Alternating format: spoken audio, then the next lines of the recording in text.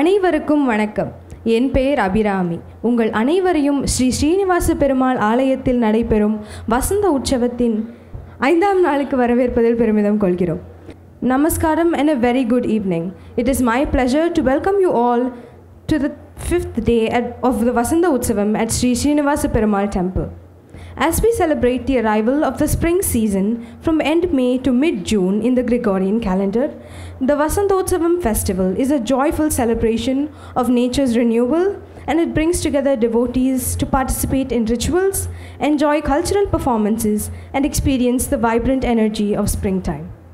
Tonight, we will be witnessing a divine discourse, Perumal as the Eternal Doctor by Dr. U.V. Venkatesh. இன்று நாம் காணவிருப்பது மருத்துவன் மாமணிவண்ணன் என்னும் உபன்யாசம். இதை வழங்க இருப்பது உவே doctor Venkatesh. Dr. Venkatesh is a self-cultivated upanyasagar without any family background in spirituality. Hailing from a normal middle-class family in Kumbakonam, it is purely with the grace of Perumal and Acharya that he entered the spiritual arena. His parents were bank employees. He has achieved district ranks in the 10th and 2+2. Among his academic achievements is an MBBS degree by merit that he pursued at Government Erode Medical College. During his school days, he used to recite a sloka from the Gita every day in a school prayer along with meaning, which was his first step into spirituality. Dr. Venkatesh developed a creative flair for poetry in his college days and wrote many poems in Tamil, English, and Sanskrit. He had a natural inclination towards teaching and discourses. He used to teach complex medical subjects in a simple manner to his friends during college days. Those who read the notes taught by him aced their university exams. This interest in teaching and ability to deliver the message clearly, along with his inherent quest towards spiritual knowledge, took him to the field of Upanyasams. Dr. Venkatesh got his first opportunity for Upanyasam in 2010 at the age of 20 years in the world-famous Kal Garuda Seva in Nachiyar Koil. In 2013, he got the opportunity to perform as part of a month-long Tirupavai discourse in Margari at Kumbakonam Sri Sarangapani Temple. From then on, for the past 15 over years, he has been delivering a lot of discourses in various temples in India and abroad like Australia, New Zealand, UAE, and Singapore. He has appeared in TV channels like Star Vijay, Jaya, Polymer, Podigai, and Sri Sankara TV, and etc. And he has also appeared in YouTube channels like Kavasam Connect and Guru Channel. He hosts his official YouTube channel, Dr. Venkatesh Upanyasams, where we can listen to all his discourses. Dr. Venkatesh had his spiritual initiation at the feet of Sri Pulliyur Annan Swami of Sri Rangam.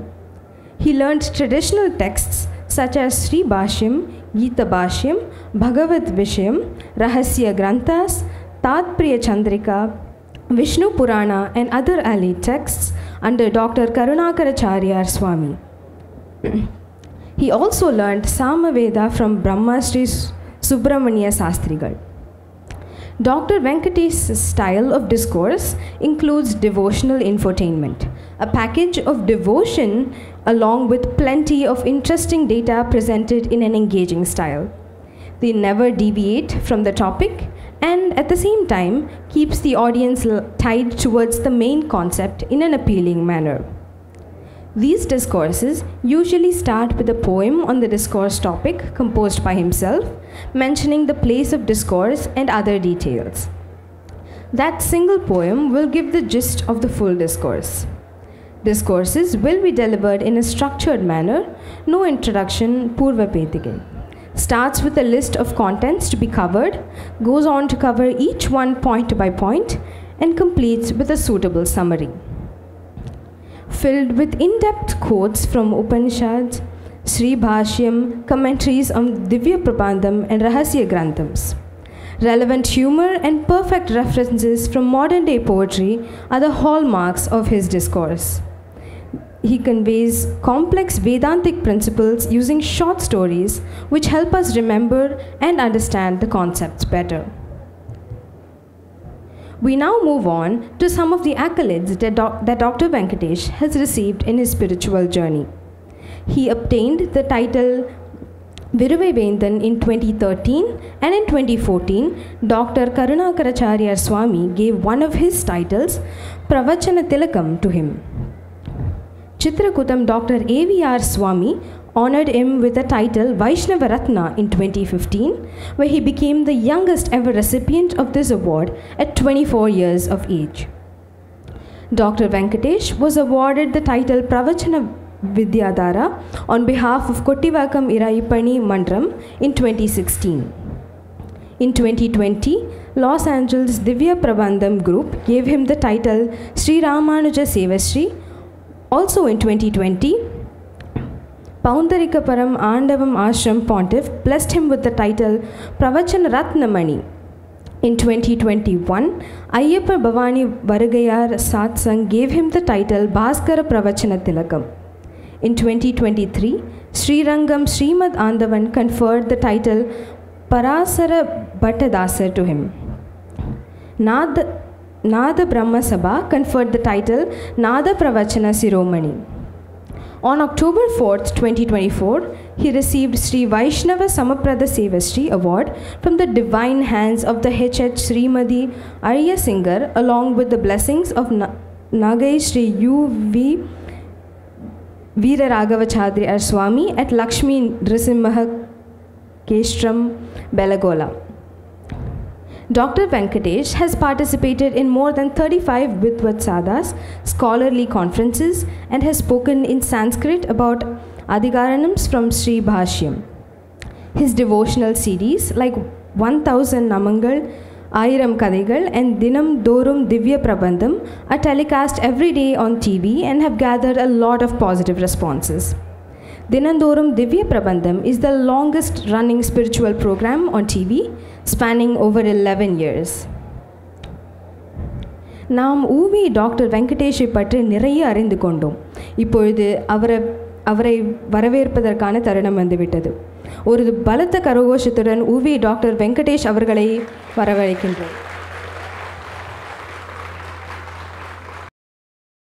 May I now request Mr. Kalai Selvan, a member of the management committee at Sri Srinivasa Perumal Temple, to honor Dr. Venkatesh.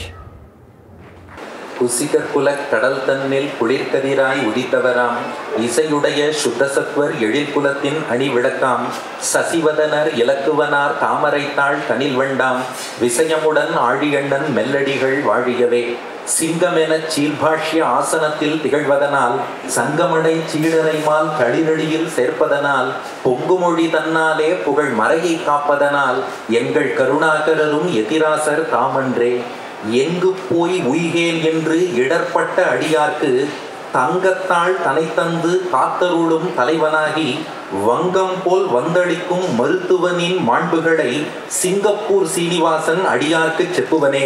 எல்லோருக்கும் அடியனுடைய நமஸ்காரம். இங்கே நம்ம Singapore Srinivasa Perumal சன்னதியில் உங்கள் அனைவரையும் சந்தித்து மருத்துவன் மாமணி வண்ணன் என்ற சிறப்பான தலைப்பில் உபன்யாசம் பண்ணும் பாக்கியத்தை அடியனுக்கு நல்கியமைக்காக திருக்கோவில் நிர்வாகம், HEB ஹிந்து என்டோமெண்ட்ஸ் போர்ட், இதற்கு ஏற்பாடு செய்த கலைச்செல்வன் சுவாமியில் இருந்து தொடங்கி அவருக்கு உறுதுணையாக யாரெல்லாம் இருந்து அடியனை அழைத்து உபன்யாசத்துக்கு ஏற்பாடு செய்தார்களோ அவர்கள் அத்தனை பேருக்கும், எல்லாத்துக்கும் மேலே பெருந்திரளாக இத்தனை அடியார்கள், அதுவும் சனிக்கிழமையில ஸ்ரீனிவாசன் சன்னதியிலே சிங்கப்பூரில் கூடியிருக்கிறீர்கள். உங்கள் அத்தனை பேருக்கும் அடியனுடைய நன்றி கலந்த வணக்கத்தை தெரிவித்துக் கொண்டு வித்தவுட் ஃபர்தர் டிலே நேராக உபன்யாசத்துக்கு போறோம். உபன்யாசத்தின் தலைப்பு மருத்துவன் மாமணி வண்ணன். இந்த தலைப்பு எங்கேருந்து எடுக்கப்பட்டதுன்னா பெரியாழ்வாருடைய ஒரு பாசுரம். பெரியாழ்வார் திருமொழியில அழகர்மலை திருமாலிருஞ்சோலை கள்ளழகரை பாடும்போது பெரியாழ்வார் பாடுகிறார், எருத்து கொடி உடையானும் பிரமனும் இந்திரனும் மற்றும் ஒருத்தரும் இப்பிறவி என்னும் நோய்க்கு மருந்தறிவாரும் இல்லை, மருத்துவனாய் நின்ற மாமணி வண்ணா மறுபிறவி தவிர திருத்தியும் கோயில் கடைப்புகப்பை திருமாலிருஞ்சோலையந்தாய். இது பெரியாழ்வார் பாடிய பாசுரம். மருத்துவனாய் நின்ற மாமணி வண்ணா. பெருமாள் தான் மிகச்சிறந்த மருத்துவர். உலகத்தில் எத்தனையோ மருத்துவர்கள் இருக்கலாம், ஆனா ஆளினால் மருத்துவர்னா அது பெருமாள் தான். என்ன காரணம்னா, நோய்கள் 3 வகை. உடல் நோய், மனநோய், ஆன்ம நோயின்னு 3 விதமான நோய் இருக்கு. 3க்கும் வைத்தியம் பார்க்குற ஒரே டாக்டர் யாருன்னா பெருமாள் தான். உடல் நோய்னா நிறைய இருக்கு. வாதம், சைத்தியம், வலிப்பு, பித்தம், சூளை, சயம், புண்மம், சொக்கு, சிரஞ்சுன்னு ஆரம்பிச்சு உடம்புக்கு எத்தனையோ நோய்கள் வருகின்றன. ஒருத்தர் வீட்டுக்கு வர, பால் சாப்பிடும்போது சர்க்கரை போடலாமான்னா இல்லை எனக்கு டயபெட்டிஸ் இருக்கு சர்க்கரை போடாதேங்கிறார். சரிப்பா குழம்புல உப்பு போடலாமான்னா இல்லை ஹை பிபி ஹைப்பர் டென்ஷன் உப்பு போடாதேங்கிறார். சரி ஏதாவது எண்ணெய் ஏதாவது சேர்த்துப்பீங்களா, வடை சாப்பிடுவீங்களான்னா கொலஸ்ட்ரால் ஜாஸ்தியாக இருக்குது எண்ணெய் சேர்த்துக்க முடியாதுங்கிறார். அப்போ உடம்புக்கும் பல வியாதிகள் வருது. அதுக்கு மேலே மனநோய், மனசுக்கு உள்ள நோய்கள் நிறையா வருது. அதான் பார்த்தா பல பேர் இன்னைக்கு மன அழுத்தம், மனக்குழப்பம், அதுலேருந்து ஆரம்பித்து நிறையா டெலூஷன், ஹாலுசினேஷன், இல்யூஷன், அதுக்கப்புறம் டிப்ரெஷன், மென்டல் டர்மாயில், இதெல்லாம் சொல்லவே வேண்டாம். நெகட்டிவிட்டிஸ் நிறையா இருக்குது. அவள் இப்போ பெருமையாக சொல்லிக்கிறா, சைக்காட்ரிஸ்ட்டை போய் கவுன்சிலிங்க்கு போனேன். இதை சொல்கிறேன், நான் 5 சிட்டிங் கவுன்சிலிங் போயிட்டு வந்திருக்கேன் தெரியுமா. இன்னொருத்தர் நீ என்னடா தெரியாது, நான் 10 சிட்டிங் கவுன்சிலிங் போயிட்டு வந்தேன். மனநோயையே பெருமையாக சொல்லிக் கொள்ளக்கூடிய அளவுக்கு இன்னைக்கு மனநோய்ங்கிறது நிறையா இருக்குது. இதுக்கு மேலே 3ஆவதா ஆன்ம நோயின்னு ஒன்று இருக்குது.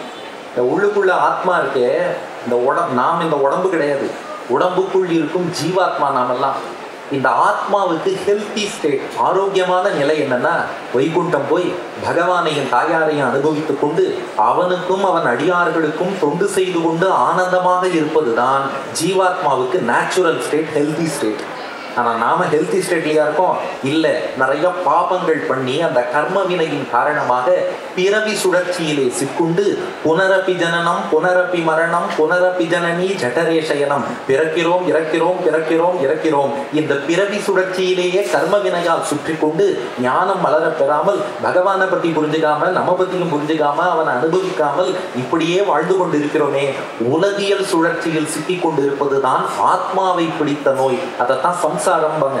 பொதுவாக நம்ம சம்சாரம்னு சொன்னால் எல்லாரும் பக்கத்தில் பார்த்துருவாங்க, ஒருவேளை அவங்கள சொல்கிறாங்களோன்னு. அவங்க இல்லை, அவங்கள நோயின்னா சொல்லுவோம், அவங்க மின்சாரம் அப்புறம் ஷாக் அடிச்சிடும், அது வேற. நாம சொல்ற சம்சாரம்ங்கிறது உலகியல் வாழ்க்கை, பிறவி சுழற்சிக்கு சம்சாரம் என்று பெயர். அதுதான் ஆத்மாவை பிடித்த நோய். இந்த 3 நோய்க்கும் இப்போ வைத்தியம் பார்க்கணும். நம்ம உடம்புக்கு ஏற்படும் நோய்களையும் போக்கணும், மனநோயையும் போக்கணும், ஆத்மாவை பிடித்த பிறவி பிணியையும் போக்கணும்னா 3க்கும் வைத்தியம் பண்ணக்கூடிய ஒரே டாக்டர், ஆளினால் மருத்துவன் யாருன்னா நம்ம மருத்துவனாய் நின்ற மாமணி வண்ணனாகிய பகவான் மட்டும்தான். இந்த மாதிரி டாக்டரை உலகத்துல வேற எங்கேயும் பார்க்க முடியாது. ஏன்னா இன்னைக்கு உலகத்துல என்ன சொல்றோம், ஒவ்வொரு பிரச்சனைக்கு ஒவ்வொரு டாக்டர்கிட்ட போக சொல்றாங்க. இன்னைக்கு இன்னும் ஜாஸ்தியா போச்சுன்னா வலது கைக்கு ஒரு டாக்டர், இடது கைக்கு ஒரு டாக்டர், அதுலயும் கட்ட விரலுக்கு ஒரு டாக்டர், சுண்டு விரலுக்கு ஒரு டாக்டர்னு அப்படி எத்தனையோ பிரிவுகள்னு பிரிஞ்சுன்னு போறது.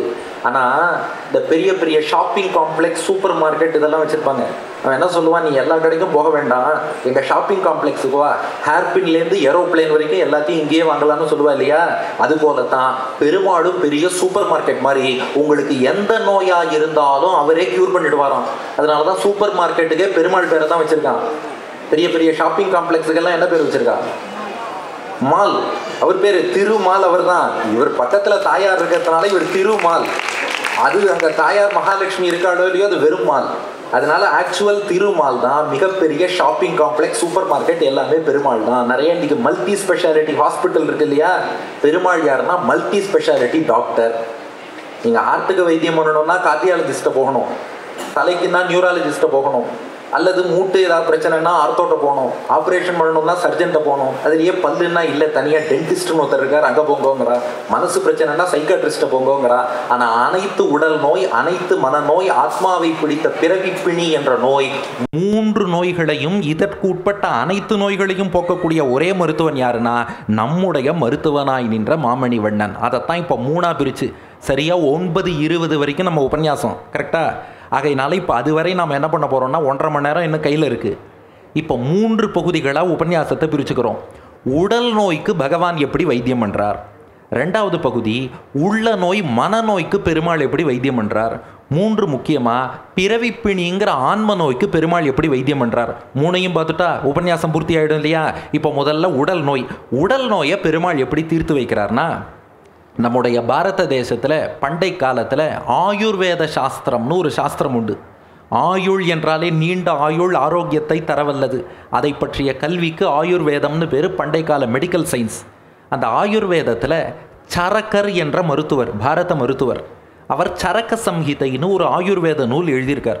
அந்த ஆயுர்வேத நூலில் சரக்கர் எழுதிய ஒரு ஸ்லோகம், விஷ்ணும் சகசிரமூர்தானம் சராச்சர பதிம் விபும் ஸ்துவன் நாம சகசிரேன ஜ்வரான் சர்வான் வியபோகதி. இது ரொம்ப முக்கியமான ஸ்லோகம்.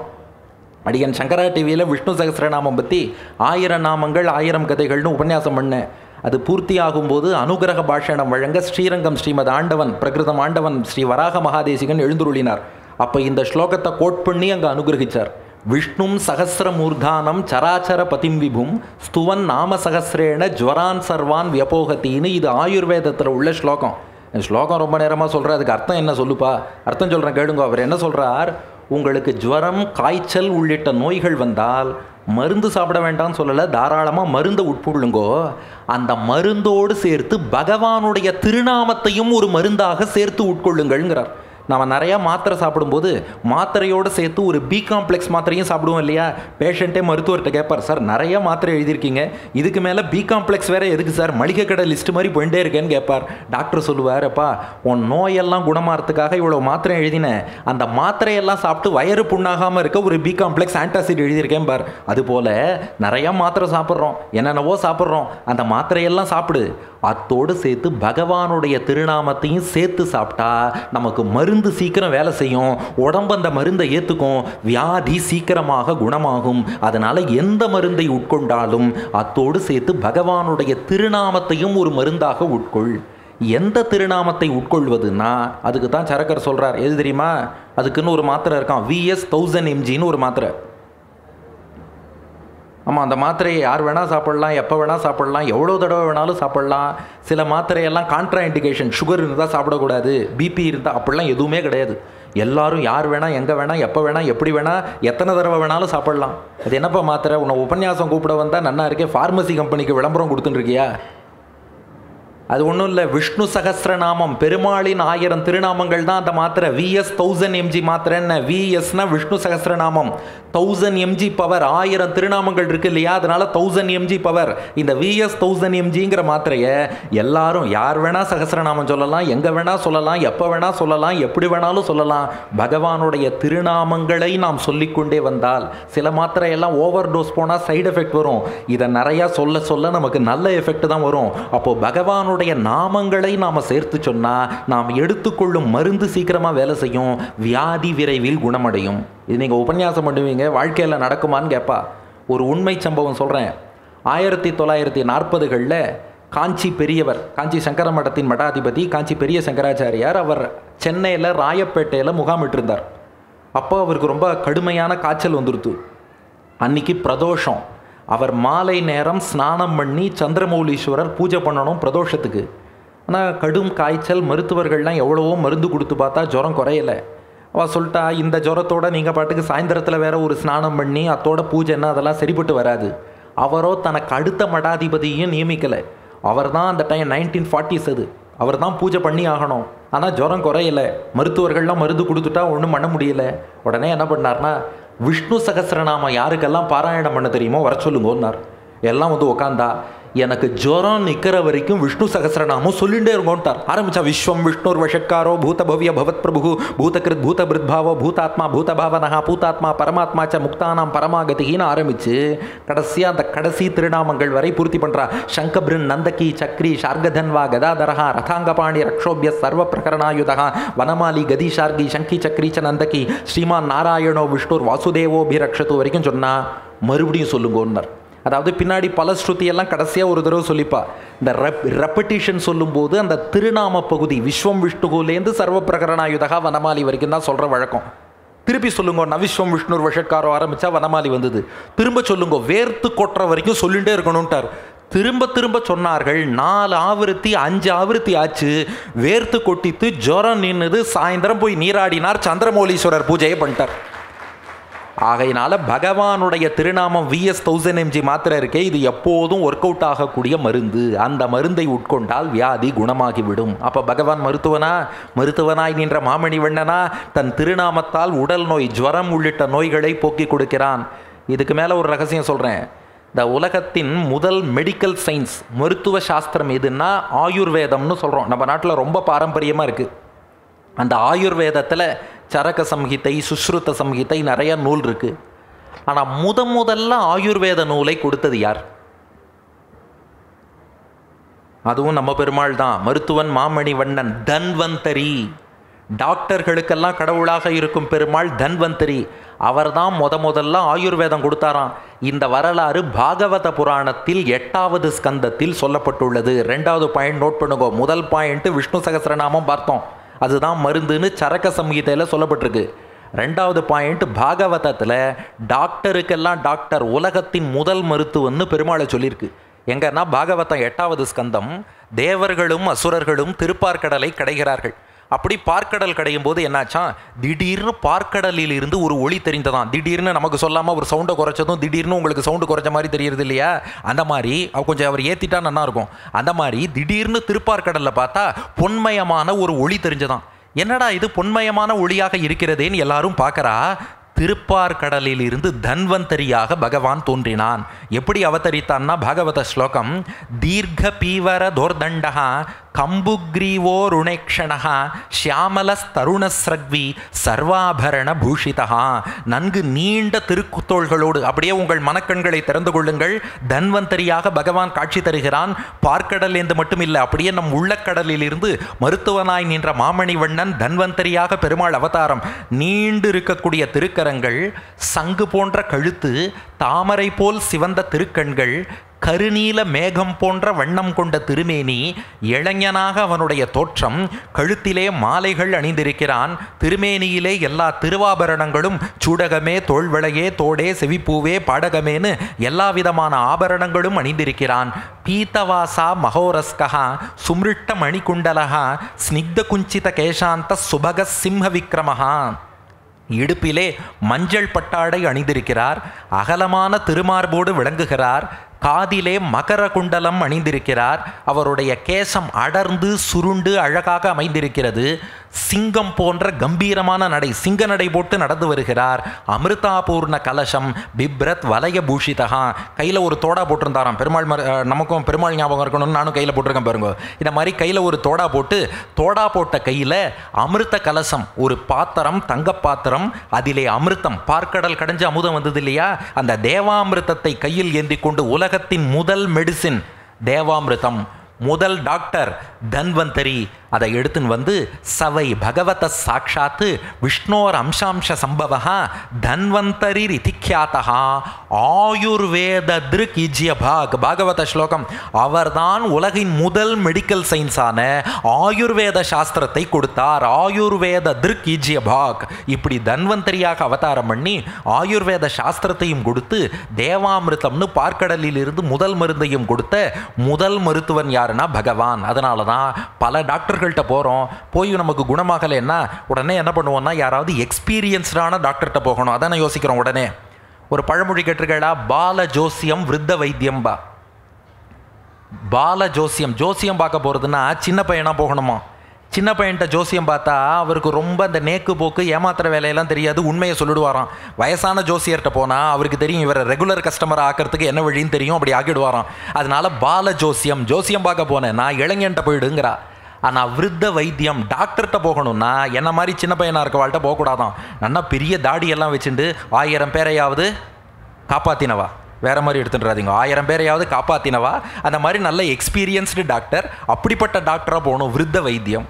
அப்போ பல மருத்துவர்கள்ட்ட போய் பார்க்குறோம், எங்கே போயும் குணமாகலைன்னா த மோஸ்ட் எக்ஸ்பீரியன்ஸ்டு டாக்டர் யாருன்னா பெருமாள் தான். அன்னிலேருந்து வைத்தியம் பண்ணிட்டு இருக்கார். அதனால தான் அவர்கிட்ட போய் விழறோம். நாராயண பட்டத்திரின்னு ஒரு பெரியவர், அவருக்கு வாத ரோகம் என்ற அந்த நோய் ஏற்பட்டு ருமாட்டிசம், கடும் மூட்டுவலி, முடக்குவாதத்தில் கஷ்டப்பட்டார்.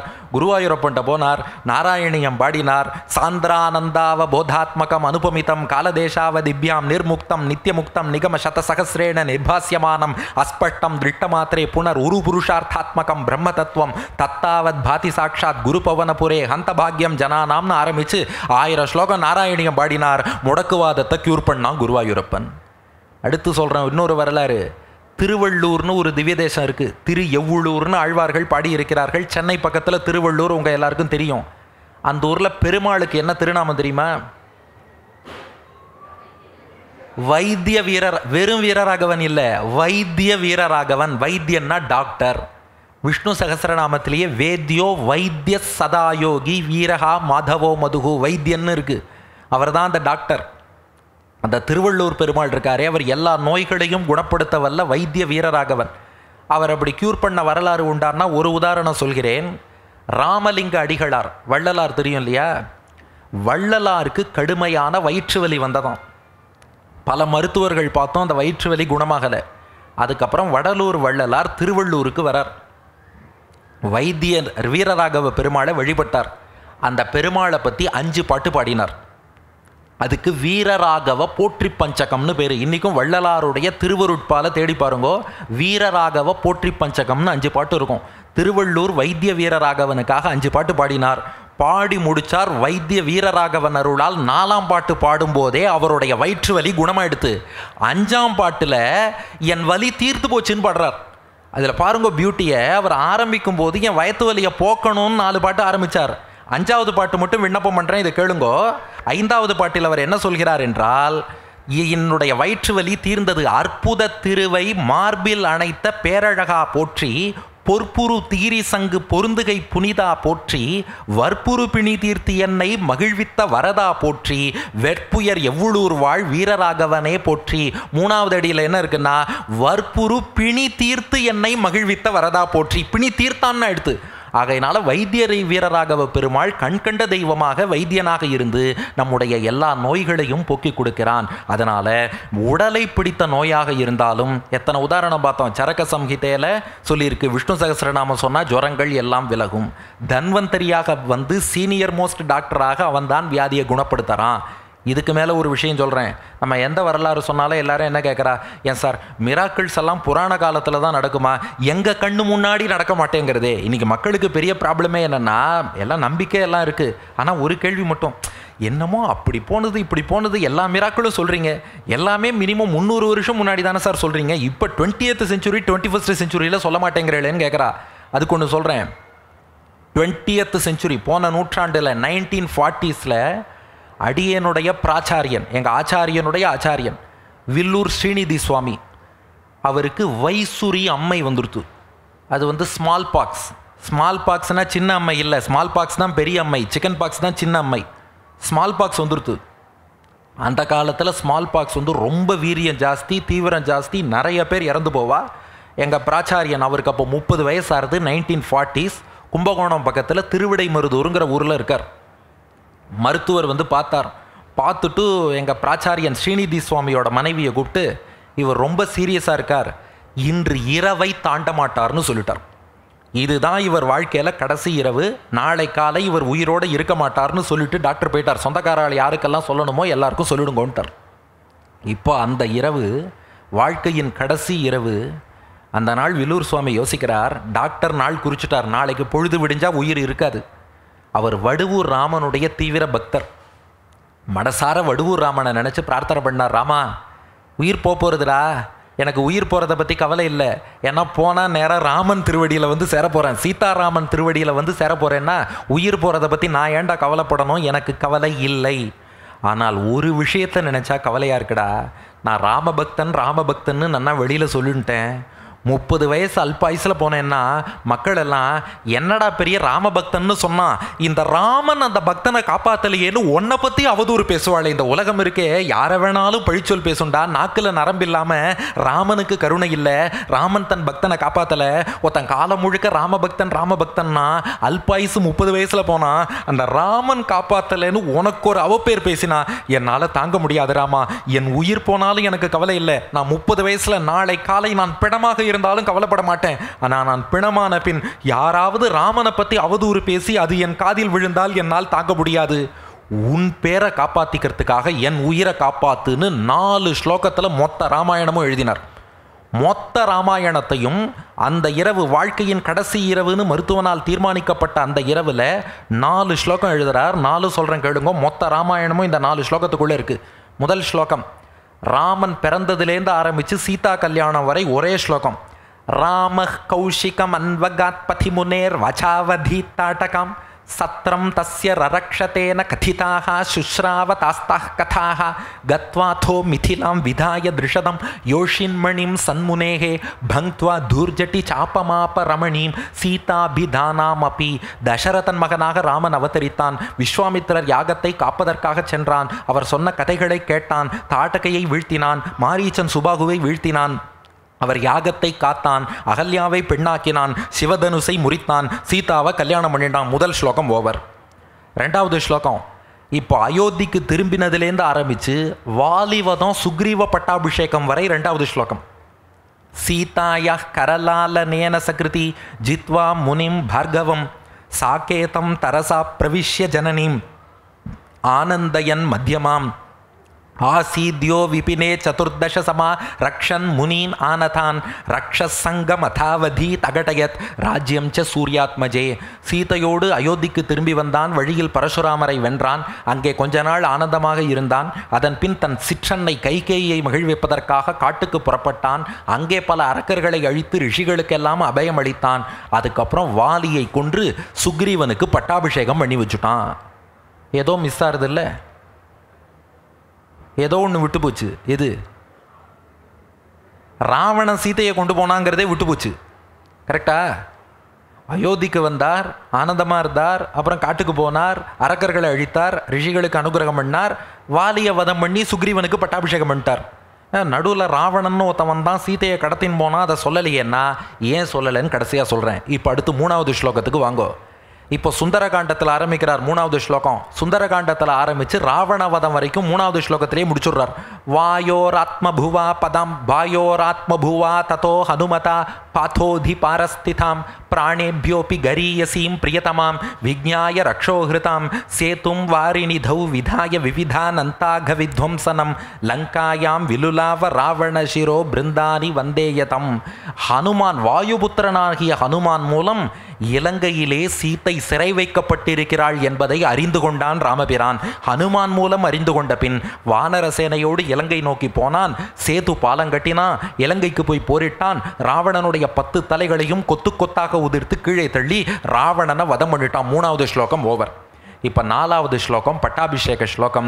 ஆருஹ்யாத விபீஷணேன சுபகம் பக்தியா சமாவேதிதம் மான்யம் புஷ்பகம் அஞ்சசா நிஜபுரீம் ஆகத்திய மித்ரைர்விருதா ஆனந்தாய வசிஷ்ட காஷ்யப முகைஹி பட்டாபிஷிக்தோ விபுகு தஸ்மின் ஜாகிரதி ஜானகி பிரியதமே காநாம பீதிர்மமா. விபீஷணனோடு புஷ்பக விமானத்திலே பரிவாரங்களோடு ஏறி அயோத்திக்கு திரும்பி வந்து வசிஷ்டாதி முனிவர்கள் எல்லாம் பட்டாபிஷேகம் பண்ணிக்கொள்ள சீதையோடு சேர்ந்து பட்டாபிஷேகம் கண்டருளிய அந்த ஜானகிராமன் விழித்து கொண்டிருக்கும் போது நான் இன்னைக்கு தூங்கினாலும் அது தற்காலிக தூக்கமோ நிரந்தர தூக்கமோ எந்த தூக்கமாக இருந்தாலும் ஜானகிராமன் விழித்து கொண்டிருக்கும் போது நான் எதற்காக கவலைப்பட வேண்டும்னு எழுதி முடிச்சிட்டார். இப்போ இதுக்கு ஒரு பலஸ்ருதி எழுதுறார். தனுஷ்கர சதுஷ்லோகி தனுஷ்புர கவீரிதா மாரீகாத்தர சித்தானாம் மாரீதி மிதராம் திசேத். வில் பிடித்த ராமனுக்காக வில்லூரில் பிறந்த கவி பாடிய இந்த 4 ஸ்லோகத்தை யார் சொல்கிறாளோ மாரி அவர்களை ஒன்றும் பண்ணாதுன்னார். மாரின்னா என்ன? அம்மை. மாரினா வைரஸ்ன்னு அர்த்தம். சான்ஸ்கிரிட்டில் மாரி என்றால் வைரஸ். நம்ம பிரதமர் கூட கோவிட் லாக்டவுன் சொல்லும்போது கொரோனா மகாமாரி அப்படின்னு அனௌன்ஸ் பண்ணார் பாருங்க. கோவிட் அதுவும் ஒரு வைரஸ் மாறி. இந்த 4 ஸ்லோகத்தை யார் சொல்கிறாளோ எந்த மாறியும் இன்க்ளூடிங் கோவிட் எந்த மாறியும் நம்மளை ஒன்றும் பண்ணாது அப்படின்னு பலஸ்ருதி எழுதி முடிச்சிட்டார். தூங்கிட்டார். அடுத்த நாள் காலை மருத்துவர் வரார். இதுக்கு டிக்ளேர் பண்ணுறதுக்காக வரார். வந்து பல்ஸ் பிடிச்சு பார்த்தா நாடி நன்னா ஓடின்னு இருக்கு. ஸ்டெத்தாஸ்கோப் வச்சு பார்க்குறார். அம்மா பயந்துட்டார்.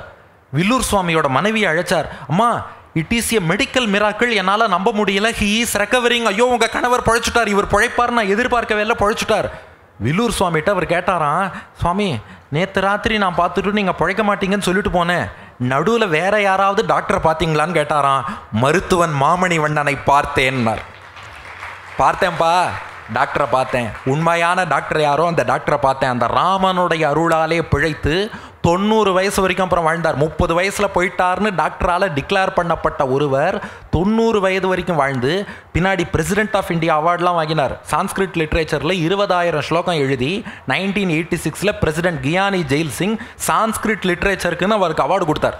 பிரசிடென்ட் ஆஃப் இந்தியா அவார்டு வாங்குற அளவுக்கு தன் பக்தனை வாழ வைத்தான் ராமன், மருத்துவனாய் நின்ற மாமணிவண்ணன். அதனால தான் சொல்கிறோம், இன்றைக்கும் மருத்துவத்தில் ஒரு கான்செப்ட் உண்டு. என் டாக்டருக்கு படித்ததுனால தெரியும். ஒரு ப்ராவர்ப் எல்லா ஹாஸ்பிட்டல்லையும் எழுதியிருப்பா, I dress the wound but it is God who heals it. மருந்திடுவது என் கடமை, ஆற்றுவது அவன் கருணை.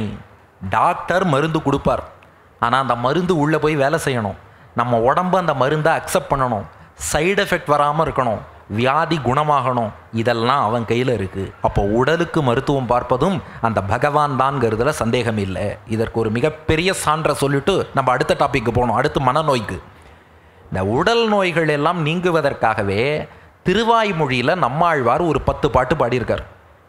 அந்த திருவாய்மொழியில் நம்மாழ்வார் பாடிய அந்த 10 பாசுரங்களை மட்டும் நாம் செவிச்சோன்னா உடம்புக்கு எப்பேற்பட்ட நோய்கள் வந்தாலும் உருக்குலைந்து அழிந்து போகுமா. அப்படி தான் பலன் சொல்லியிருக்கார். உடைந்து நோய்களை ஓடுவிக்குமேன்றிருக்கார். உடைந்துன்னா உரு தெரியாமல் இவனுக்கு வியாதி வந்தது. ஏதாவது ஒரு வியாதி வந்தாலும் வியாதியின் சுவடு இருக்கும்பா. இந்த டிபி டைஃபாய்டெல்லாம் வந்தால் வியாதி போயிடும், அப்புறமும் பார்த்தா ஆள் மெலிஞ்சு போய் சோகை வந்த மாதிரி பார்த்தாலே, ஏண்டா ஒரு காலத்தில் டிபி வந்தவன் தானே நீன்னு கேட்பான்.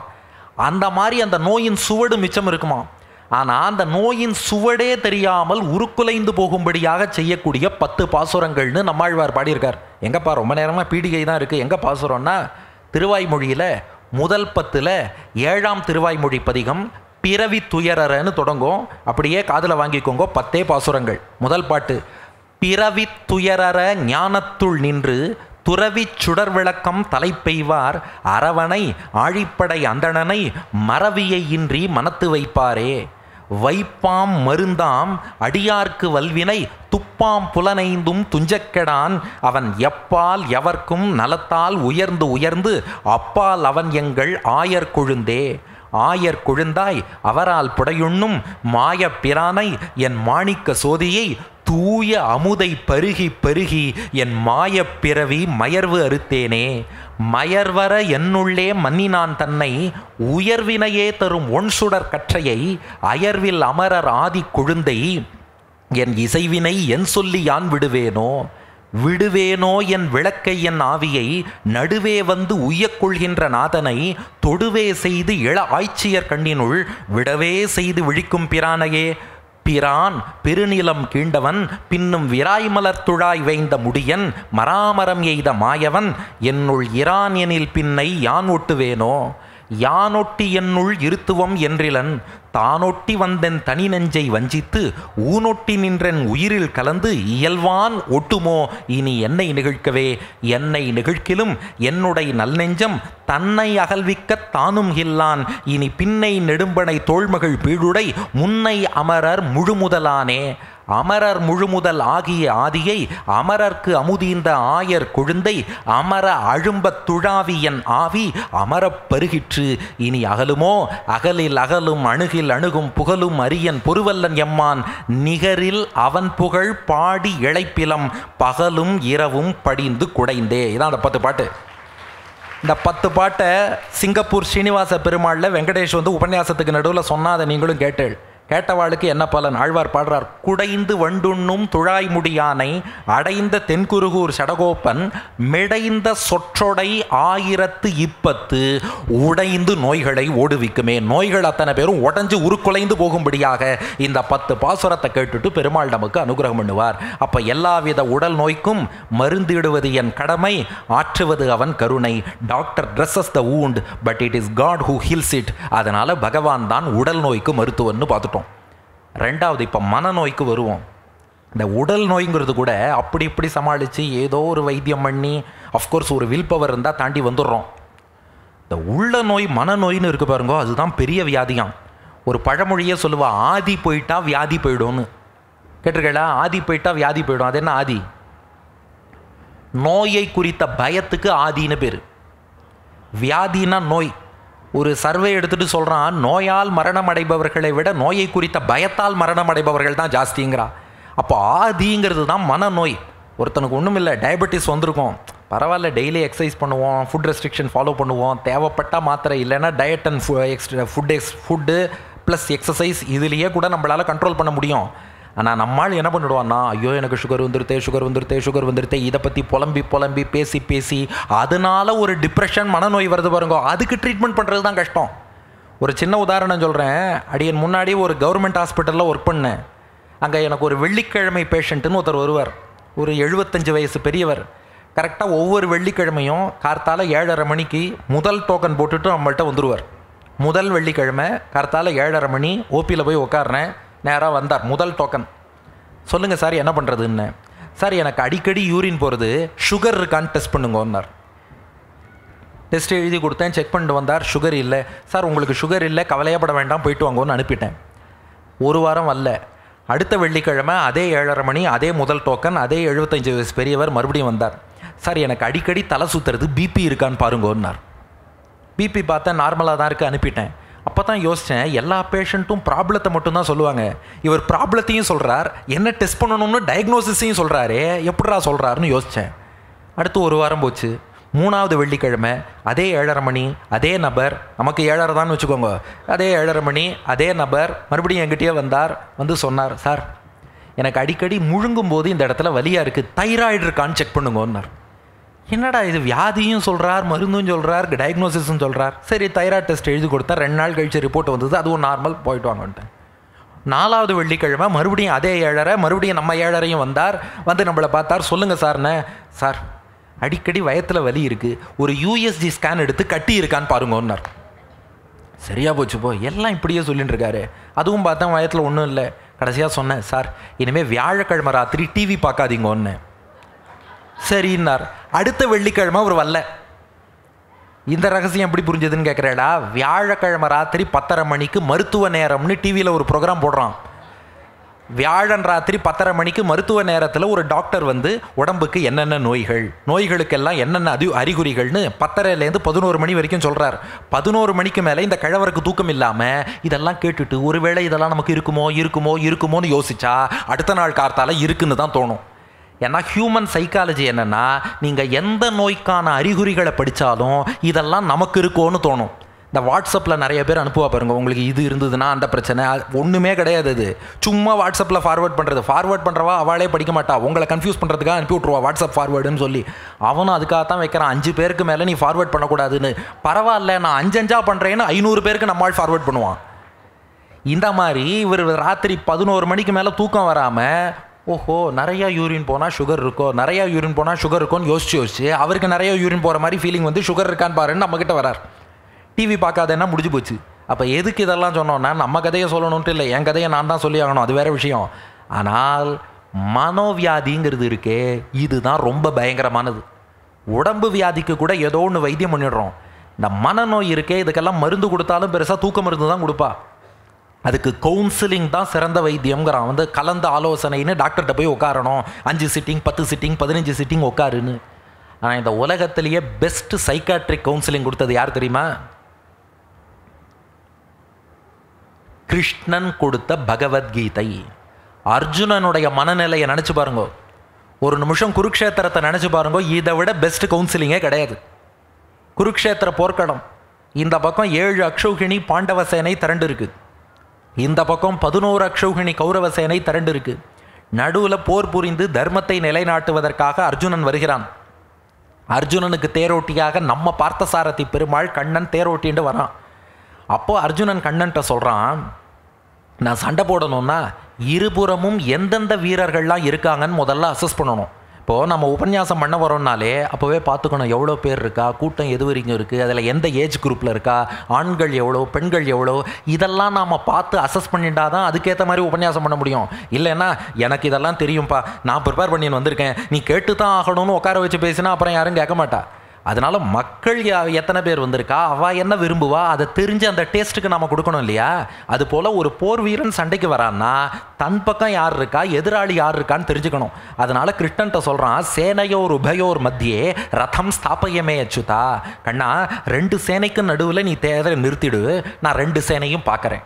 கண்ணனும் நிறுத்தினான். அர்ஜுனன் பார்க்குறான். யாரை பார்த்தான்?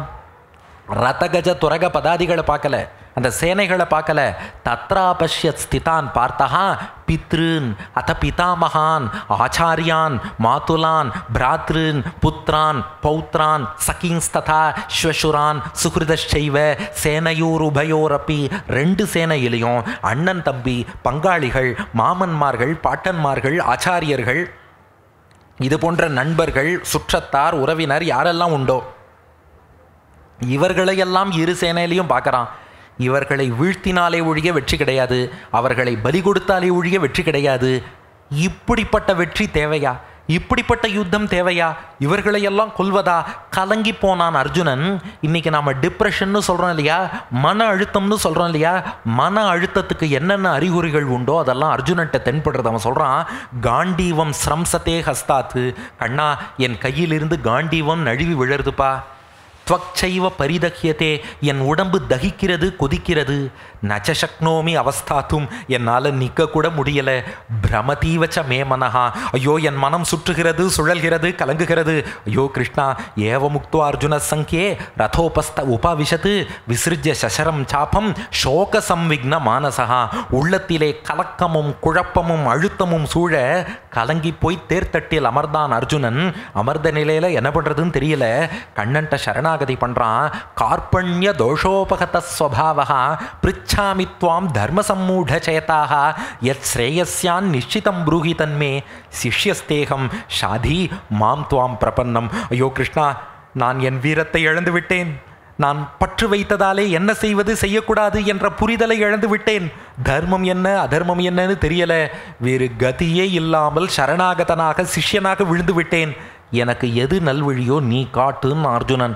அப்போ அவனுக்கு பகவத்கீதையை உபதேசம் பண்ணி கீதையை பூர்த்தி பண்ணும்போது பார்த்தா வில்ல கீழே போட்ட அர்ஜுனன் பழையபடி வில் பவரோட நிற்கிறானா. கீதையின் கடைசி ஸ்லோகம், எத்திர யோகேஸ்வர கிருஷ்ணஹா எத்திர பார்த்தோ தனுர்தரஹா. இங்கே காண்டீவம் ஸ்ரம்சத்தே ஹஸ்தாத்துன்னு சொன்னவன் எத்திர பார்த்தோ தனுர்தரஹான்னு மீண்டும் கையிலே வில்லை ஏந்தி நின்னுட்டான்னா அந்த வில் பவரை கொடுத்தது எதுனா கிருஷ்ணன் கொடுத்த கவுன்சிலிங். உலகத்தில் பெஸ்ட் கவுன்சிலிங் பகவத்கீதை.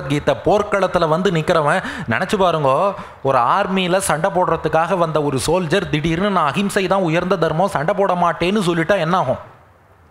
அவனை மீண்டும் சண்டை போட வைப்பதுங்கிறது எவ்வளோ பெரிய விஷயம். அதை கண்ணன் பண்ணான். அதில் ஒருத்தர் கேட்டார், இதுக்கு கிருஷ்ணன் 700 ஸ்லோகம் சொல்லியிருக்கணுமா? அர்ஜுனன் கேட்டது என்ன, கிருஷ்ணா எனக்கு நல்லது எது கெட்டது எதுன்னு தெரியல, என்ன பண்ணலான்னு சொல்லுன்னா. ஒருத்தர் சொன்னார், இவர் 700 ஸ்லோகமே சொல்லியிருக்க வேண்டாம், 700ன்னு சொன்னாலே போதும்னார். தமிழில் 7ன்னா டிப்ரெஸ் ஆகி உட்காராத எழுந்துரு, 100ன்னா சண்டை போடுன்னு அர்த்தம். 700 எழுந்துரு சண்டை போடு. 700ன்னா போதுமே, 700ன்னு 2 வார்த்தையில் முடிக்க வேண்டியதுக்கு யாராவது 700 ஸ்லோகமாக இப்படி வச்சு உபன்யாசம் பண்ணுவா? கரெக்டா? அதுவும் போர்க்களத்தில் அவன் சண்டைக்கு ரெடியாக இருக்கும்போது இவர் பாட்டுக்கு நடுக்களத்தில் அவனை உட்கார வச்சு நான் உபன்யாசம் பண்ணுறவா கேளுன்னு சொல்லிட்டு உட்கார வச்சு கவுன்சிலிங் கொடுத்துருக்காரு. எதுக்கு 700 ஸ்லோகம் சொன்னார்னா அங்கே தான் ரகசியம் இருக்குது. அர்ஜுனன் ஒருத்தன் மட்டும் கலங்கியிருந்தான்னா நீ 700ன்னு சொல்லி முடிச்சிருக்கலாம். அர்ஜுனனை போலவே நாம் ஒத்தொத்தரும் கலங்கி இருக்கோமே. நம்முடைய ஒவ்வொருவரின் மனப்போராட்டத்துக்கும் ஒரு சைக்காட்ரிக் கவுன்சிலிங் கொடுத்தான் கிருஷ்ணன். அதுதான் பகவத்கீதை. அந்த 700 ஸ்லோகம் இருக்கே, அது சாமானியம் இல்லை. அர்ஜுனன் கலங்கி நின்றான்னா அது இதிகாசத்தில் வரும் ஒரு காட்சி இல்லை, அன்று வரலாற்றில் நடந்த ஒரு காட்சி மட்டும் இல்லை, நடந்தது. ஆனால் அது நடந்து கொண்டும் இருக்கிறது. நம் ஒத்தொத்தர் மனத்துக்குள்ளும் நடந்து கொண்டு இருக்கிறது. நம்ம மனசு தான் குருக்ஷேத்திரம்.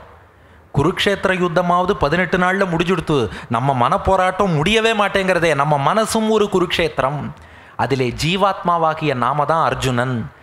7 அக்ஷௌகிணி பாண்டவ சேனை, அது நம் மனத்தில் உள்ள நல்லெண்ணங்கள்.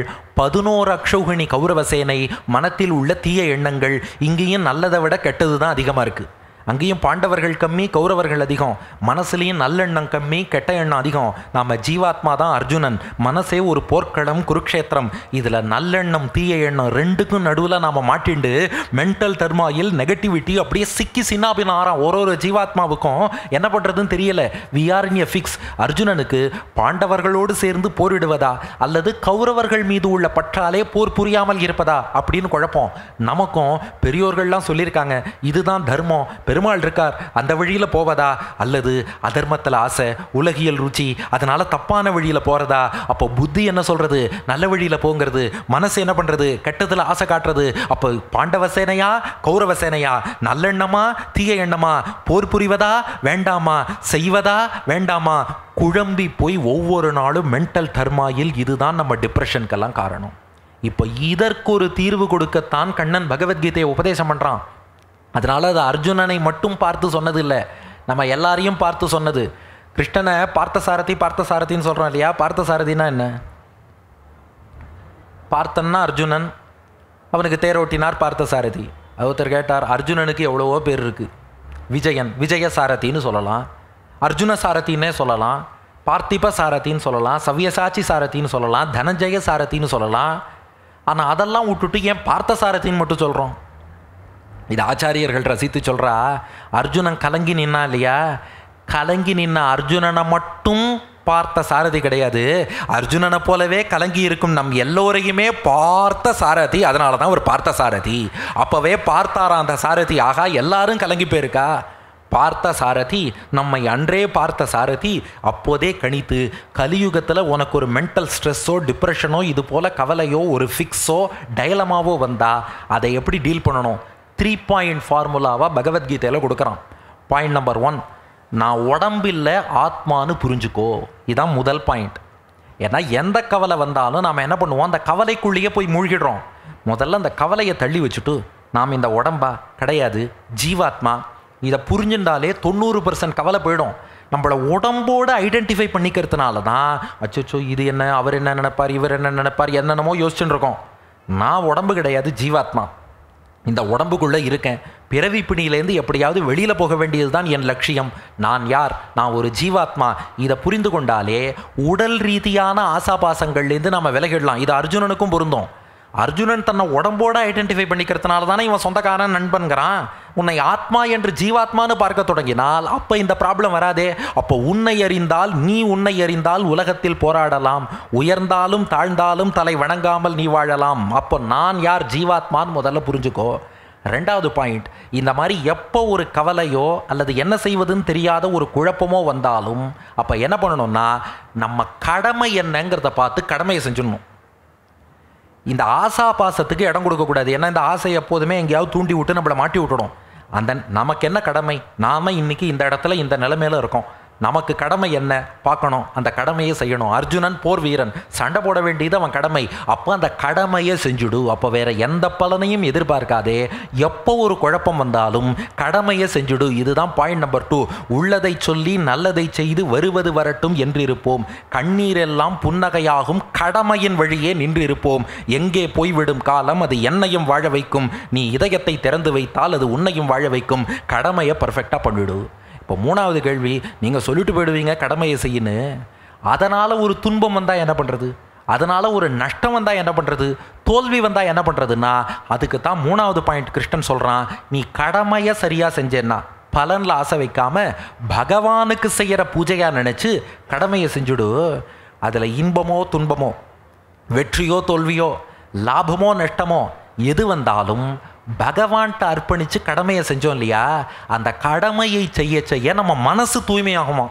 அந்த கர்மயோகம் கடமையை செய்வதுக்கு பர்பஸ் என்னென்னா, அதை வச்சு நம்ம உலகத்தில் சாதிக்கிறதுங்கிறது 2ஆம் பட்சம். அந்த கடமையை இறைவனுக்கு அர்ப்பணித்து பலனில் ஆசை இல்லாமல் செய்தால் நம்ம மனசு தூய்மையாகும், தெளிவாகும். மனசில் அந்த தெளிவு வந்துடுத்துன்னா இந்த கன்ஃபியூஷன் தானாக போயிடும். மனசில் தெளிவில்லாதனால தானே நல்ல எண்ணமும் தீய எண்ணமும் சண்டை போட்டுருக்கு. உன் மனசு தெளிவாயிடுத்துனா, ஸ்தித பிரஜ்ஞன் என்ற நிலைக்கு நீ வந்து விட்டால் அதுக்கப்புறம் இது உன்னை பாதிக்காது. எப்படின்னா, இப்போ இதே உதாரணம் எடுத்துக்கோங்க.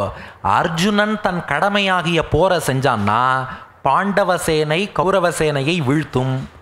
ஜீவாத்மாவாகிய நாம் அர்ஜுனன் நம்ம கடமையை சரியா செஞ்சா நம் நல்லெண்ணங்களாகிய பாண்டவ சேனை தீய எண்ணங்களாகிய கௌரவ சேனையை வீழ்த்தி நம் மனப்போராட்டத்தில் நமக்கு வெற்றி கிடைக்கும். மனப்போராட்டத்துக்கு முற்றுப்புள்ளி வைக்கலாம். அப்போ அந்த 700 ஸ்லோகம் பகவத்கீதை என்னன்னா, வாழ்க்கைக்கு பெஸ்ட் கவுன்சிலிங். எப்போ கஷ்டம் வந்தாலும் இந்த 3 பாயிண்ட்டை நினச்சிக்கணும். நான் இந்த உடம்பு கிடையாது, ஜீவாத்மா. ஆத்மாவை இதனால் பாதிக்க முடியாது, நான் இதனால் கலங்கக்கூடாது. ரெண்டாவது பாயிண்ட், இந்த இடத்துல என் கடமை என்ன, பகவான் விதித்த கடமை என்ன, அதை எந்த ஒரு ப்ரிஃபரன்ஸ் ப்ரிஜுடிஸ் இல்லாமல் அந்த கடமையை சரியாக செய்கிறேன். 3, அதனால் உலகத்தில் எனக்கு வெற்றியோ தோல்வியோ லாபமோ நட்டமோ இன்பமோ துன்பமோ மானமோ அவமானமோ எது வந்தாலும் இந்த கடமையே என் மனத்தை தூய்மையாக்கி எனக்கு தெளிவு கொடுத்துரும். அந்த தெளிவு வந்துருத்துன்னா என் மனப்போராட்டத்துக்கு முற்றுப்புள்ளி வைத்து விடலாம் என்று நம்ம மனசுக்குள்ளே எந்த நெகட்டிவிட்டியும் வரக்கூடாது. அதுபோல் எந்த ஒரு தாபம் மனசுக்குள்ளே இருக்கக்கூடிய அந்த டென்ஷன் இது எதுவுமே நம்மை பாதிக்காமல் இருக்க கிருஷ்ணன் சொன்ன ஃபார்முலா தான் பகவத்கீதை. அப்போ கீதாச்சாரியனை போல் யாராவது கவுன்சிலிங் கொடுக்க முடியுமா? இது மனநோய்க்கான மருந்து. அது மட்டும் இல்லை, இந்த திருவள்ளூர் திவ்ய தேசம் பற்றி சொன்னேன் இல்லையா, அந்த ஊர்லேயே இன்னொரு ரகசியம் இருக்குது. அந்த வைத்திய வீரராகவ பெருமாள் மனநோய்க்கும் வைத்தியம் பார்ப்பாராம். நீ என்னடா புதுசாக சொல்கிற? குணசீலம் அந்த மாதிரி திருத்தலங்களில் பெருமாள் மனநோய்க்கும் வைத்தியம் பார்ப்பாருங்கிற. திருவள்ளூர்லேயும் பண்ணுவாரான்னா அந்த ஒரு ஸ்தல புராணத்தில் ஒரு விஷயம் இருக்குது. திருவள்ளூரில் ஒரு பொய்கை இருக்குது. அந்த பொய்கைக்கு ஹிருத்தாபநாசினின்னு பேர். ஹிருத்துனா உள்ளம், தாபம்னா கஷ்டம். ஹிருத்தாபநாசினா மனத்துக்கு வரக்கூடிய கஷ்டங்களையும் நோய்களையும் போக்கக்கூடிய பொய்கை. அந்த பொய்கையின் வரலாறு என்னென்னா, சிவபெருமானுக்கு வீரபத்ரன்னு ஒரு தளபதி இருந்தார். இந்த தக்ஷன் ஒரு யாகம் பண்ணும்போது அந்த தக்ஷ யாகத்தை சிவபெருமான் அழிப்பதற்கு இந்த வீரபத்ரனை தான் அனுப்புகிறார். வீரபத்ரன் தக்ஷ யாகத்தை துவம்சம் பண்ணிட்டார். ஆனால் அந்த வீரபத்ரனுக்கு ஒரு மன வருத்தம் வந்துருத்தான். அந்த தக்ஷயாகம் பண்ண அந்த யாகசாலையில் எவ்வளவோ ரிஷிகள் முனிவர்கள் பெரியோர்கள்லாம் இருந்தா, அந்த இடத்த போய் நாம் தாக்கிட்டோமேன்னு அவருக்கு ஒரு மன அழுத்தம் மன வருத்தம் ஒரு டிப்ரெஷன் வந்துருத்தான். வீரபத்ரன் சிவபெருமான்கிட்ட கேட்டாராம், எனக்கு இப்படி ஒரு மன அழுத்தம் வந்துருத்தே மன வருத்தம் வந்துருத்தே, இது நீங்குவதற்கு நான் என்ன பண்ணணும்னு. அப்போ சிவபெருமானே அவரை திருவள்ளூருக்கு அழைச்சின்னு வந்து ஹிருத்தாபநாசினிங்கிற தீர்த்தத்தை காட்டி, அதுக்கு பக்கத்தில் தீர்த்தேஸ்வரர்னே சிவபெருமான் இருப்பார் திருவள்ளூரில், வீரபத்ரனை அழைத்து வந்து ஹிருத்தாபநாசினியில் நீராட சொல்லி வைத்திய வீரராகவனை வழிபட சொன்னார். அவருக்கு ஏற்பட்ட மன அழுத்தமும் வருத்தமும் அதனால் நீங்கியது. அதான் ஹிருத்தாபநாசினினே பேர். அப்போ உள்ள நோய்க்கும் பகவான் வைத்தியம் பார்க்குறான். அதான் திருவாய்மொழியில் நம்மாழ்வார் ஒரு பாசுரம் பாடினார். இதை நாங்கள் ரசித்து சொல்லுவோம், மனநோய்க்கும் பெருமாள் தான் மருத்துவன்னு சொல்லிட்டார்னு. எப்படின்னா, உள்ள நோய்கள் எல்லாம் துறந்துய்ந்து போய்ந்திருந்தேன் பாடினார். ஆக்சுவலாக உள்ள நோய்கள்னா 2 அர்த்தம் உண்டு. உள்ள நோய்கள்னா இருக்கிற எல்லா நோய்கள்னு அர்த்தம். ஆனால் உள்ள நோய் என்றால் மனநோயின்னு அர்த்தம் பண்ணலாம். திருவாய்மொழியில் பாசுரம் 2ஆம் பத்து 6ஆம் திருவாய்மொழியில் வருது.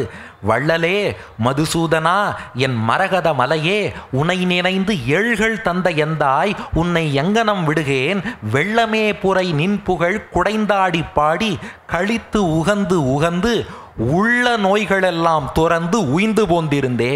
உள்ள நோய் எல்லாத்தையும் பகவான் போக்கிடுவான். அதனால் உள்ள நோய்க்கு மருத்துவன் யாருன்னா அதுவும் பகவான் தான். அதுக்கு மேலே ஒரு உள்ள நோய்க்கு மருந்து சொல்கிறேன், அதுவும் ராமச்சரித்திரம் தான். ஏன்னா ராமச்சரித்திரம் இருக்கே, அது எல்லா வகையிலும் மருந்தாக இருக்கும். எங்கள் வில்லூர் சுவாமி 4 ஸ்லோக ராமாயணம் பார்த்தேடா, ஆனால் அந்த கேள்விக்கு பதில் மட்டும் நீங்கள் கேட்கல பாருங்க. அதை இங்கே சொல்லணுன்ட்டு தான் வெயிட் பண்ணிட்டு இருந்தேன்.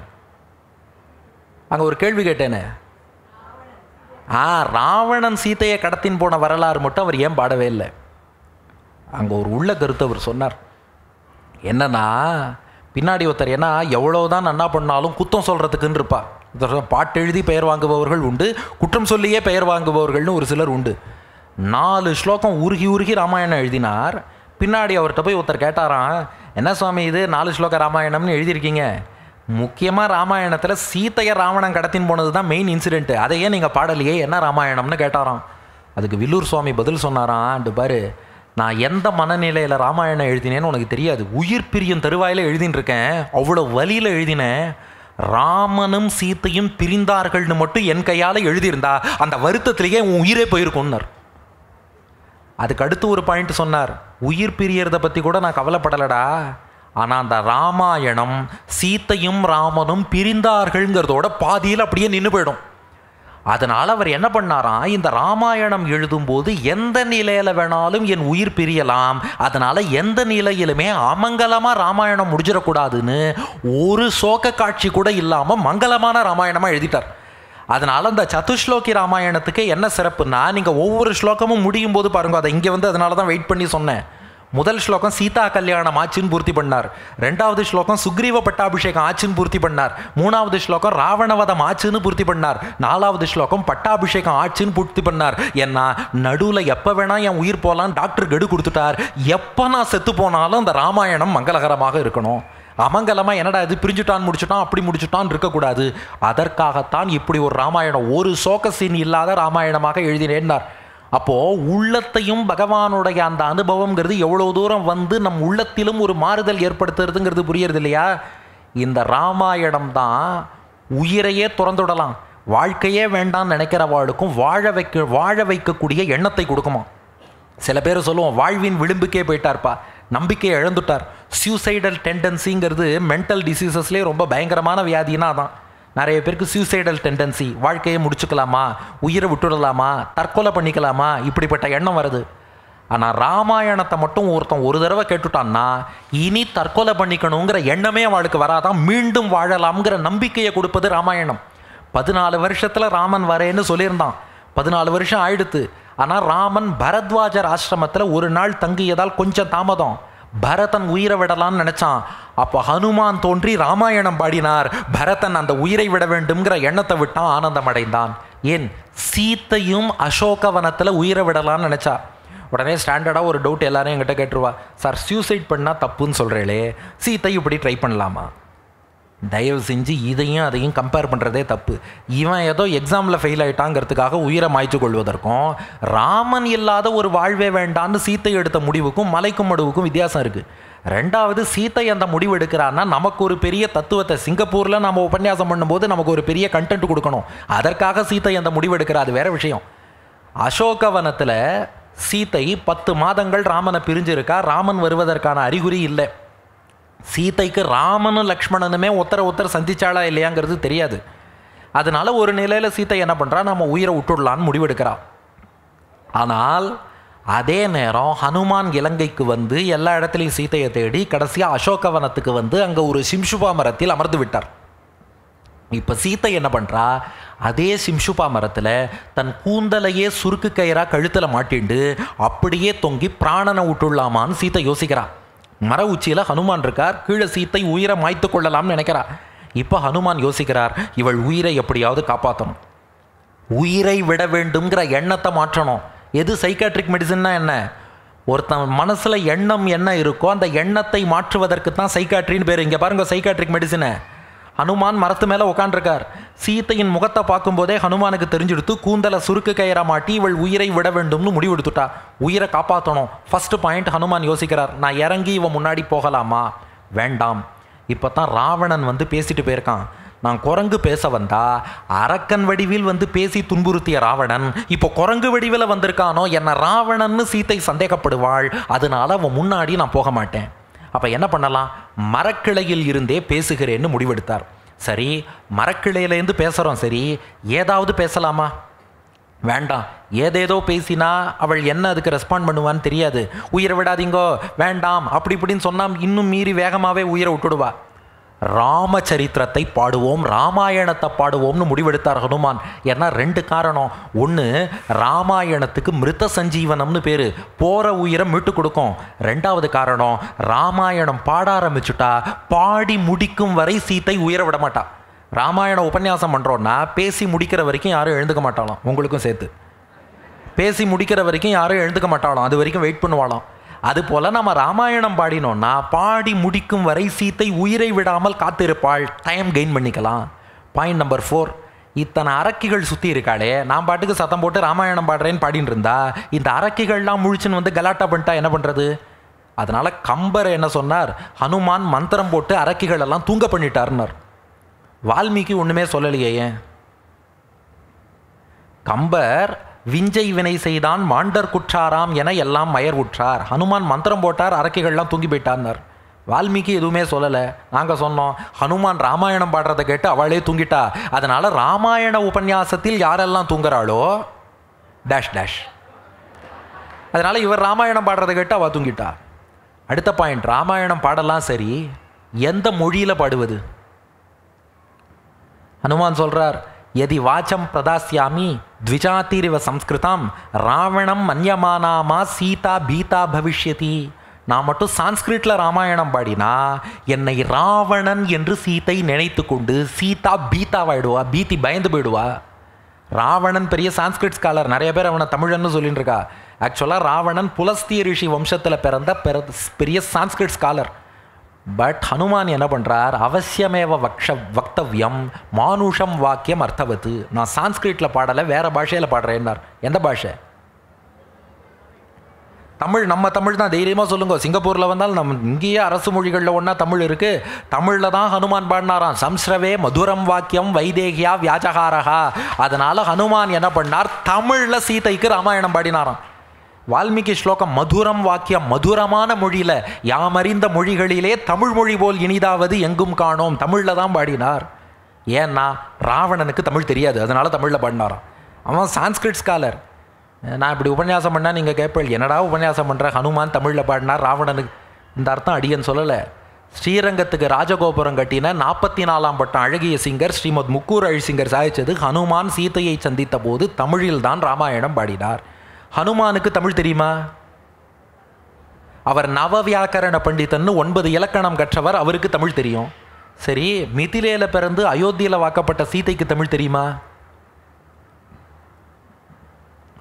வனவாச காலத்தில் அகத்திய முனிவருடைய ஆசிரமத்தில் தங்கியிருந்ததால் அவரிடம் தமிழ் கற்றிருக்கிறார்கள். அதனால் ராமனுக்கும் தமிழ் தெரியும், சீதைக்கும் தமிழ் தெரியும், ஹனுமானுக்கும் தமிழ் தெரியும். அதனால் தமிழில் தான் ராமாயணம் பாடினார். அப்போ நேரில் போக வேண்டாம், பேசலாம். பேசுவதும் மற்ற விஷயம் பேச வேண்டாம், ராமாயணம் பேசணும். அதையும் சான்ஸ்கிரிட்டில் பேச வேண்டாம், தமிழில் பேசுவோம். அரக்கிகளை தூங்க வச்சுடுவோம், எல்லாம் சரி. முக்கியமான விஷயம் என்னன்னு ஆரம்பிக்கிறது ராமாயணத்தை. ராமன்னு ஆரம்பிக்கக்கூடாது. ஏன்னா சீத்தை உயிரை விடலான்னு பிளான் பண்ணிட்டு இருக்கும்போது நாம் பாட்டுக்கு ராமன் அப்படின்னு ஆரம்பித்தா, இந்த அரக்க பூமியில் யாரோ ராமன்கிறா, இவ ராமனுக்கு நல்லது சொல்ல மாட்டா, ஐயோ ராமனுக்கு ஆபத்தோ என்னவோ. ஏன்னா ராமன்னு நீங்கள் சொல்லியாச்சுன்னா ராமன் நன்னா இருக்கான்னு அர்த்தமா, ராமனுக்கு வேற ஏதோன்னு அர்த்தமா புரியாது. ஐயோ அது என் காதில் விழ வேண்டாம், சீத்தை வேகமாக உயிரை மாய்த்து கொள்ளவும் வாய்ப்பு இருக்குது. ராமன்னு ஆரம்பிக்க வேண்டாம், தசரதன்னு ஆரம்பிச்சிருவோம். அவர் ஏற்கனவே போயிட்டார், அதனால புதுசாக ஆபத்து வரப்போகிறது இல்லை. போன கேரக்டரை பற்றி பேசினா பிரச்சனையே இல்லை, இருக்கிறவாளை பற்றி சொன்னாதான் பிரச்சனை. அதனால் தசரதன்னு ஆரம்பித்து அப்படியே மனக்கண்களை திறந்து பாருங்கள். அசோகவனம், சிம்சுப மரம், கீழே சீத்தை, கூந்தல் சுருக்கு கயிறா கையில் தயாராக இருக்குது, மர உச்சியில் ஹனுமான். இவ்வளோ ஆலோசனை பண்ணார்.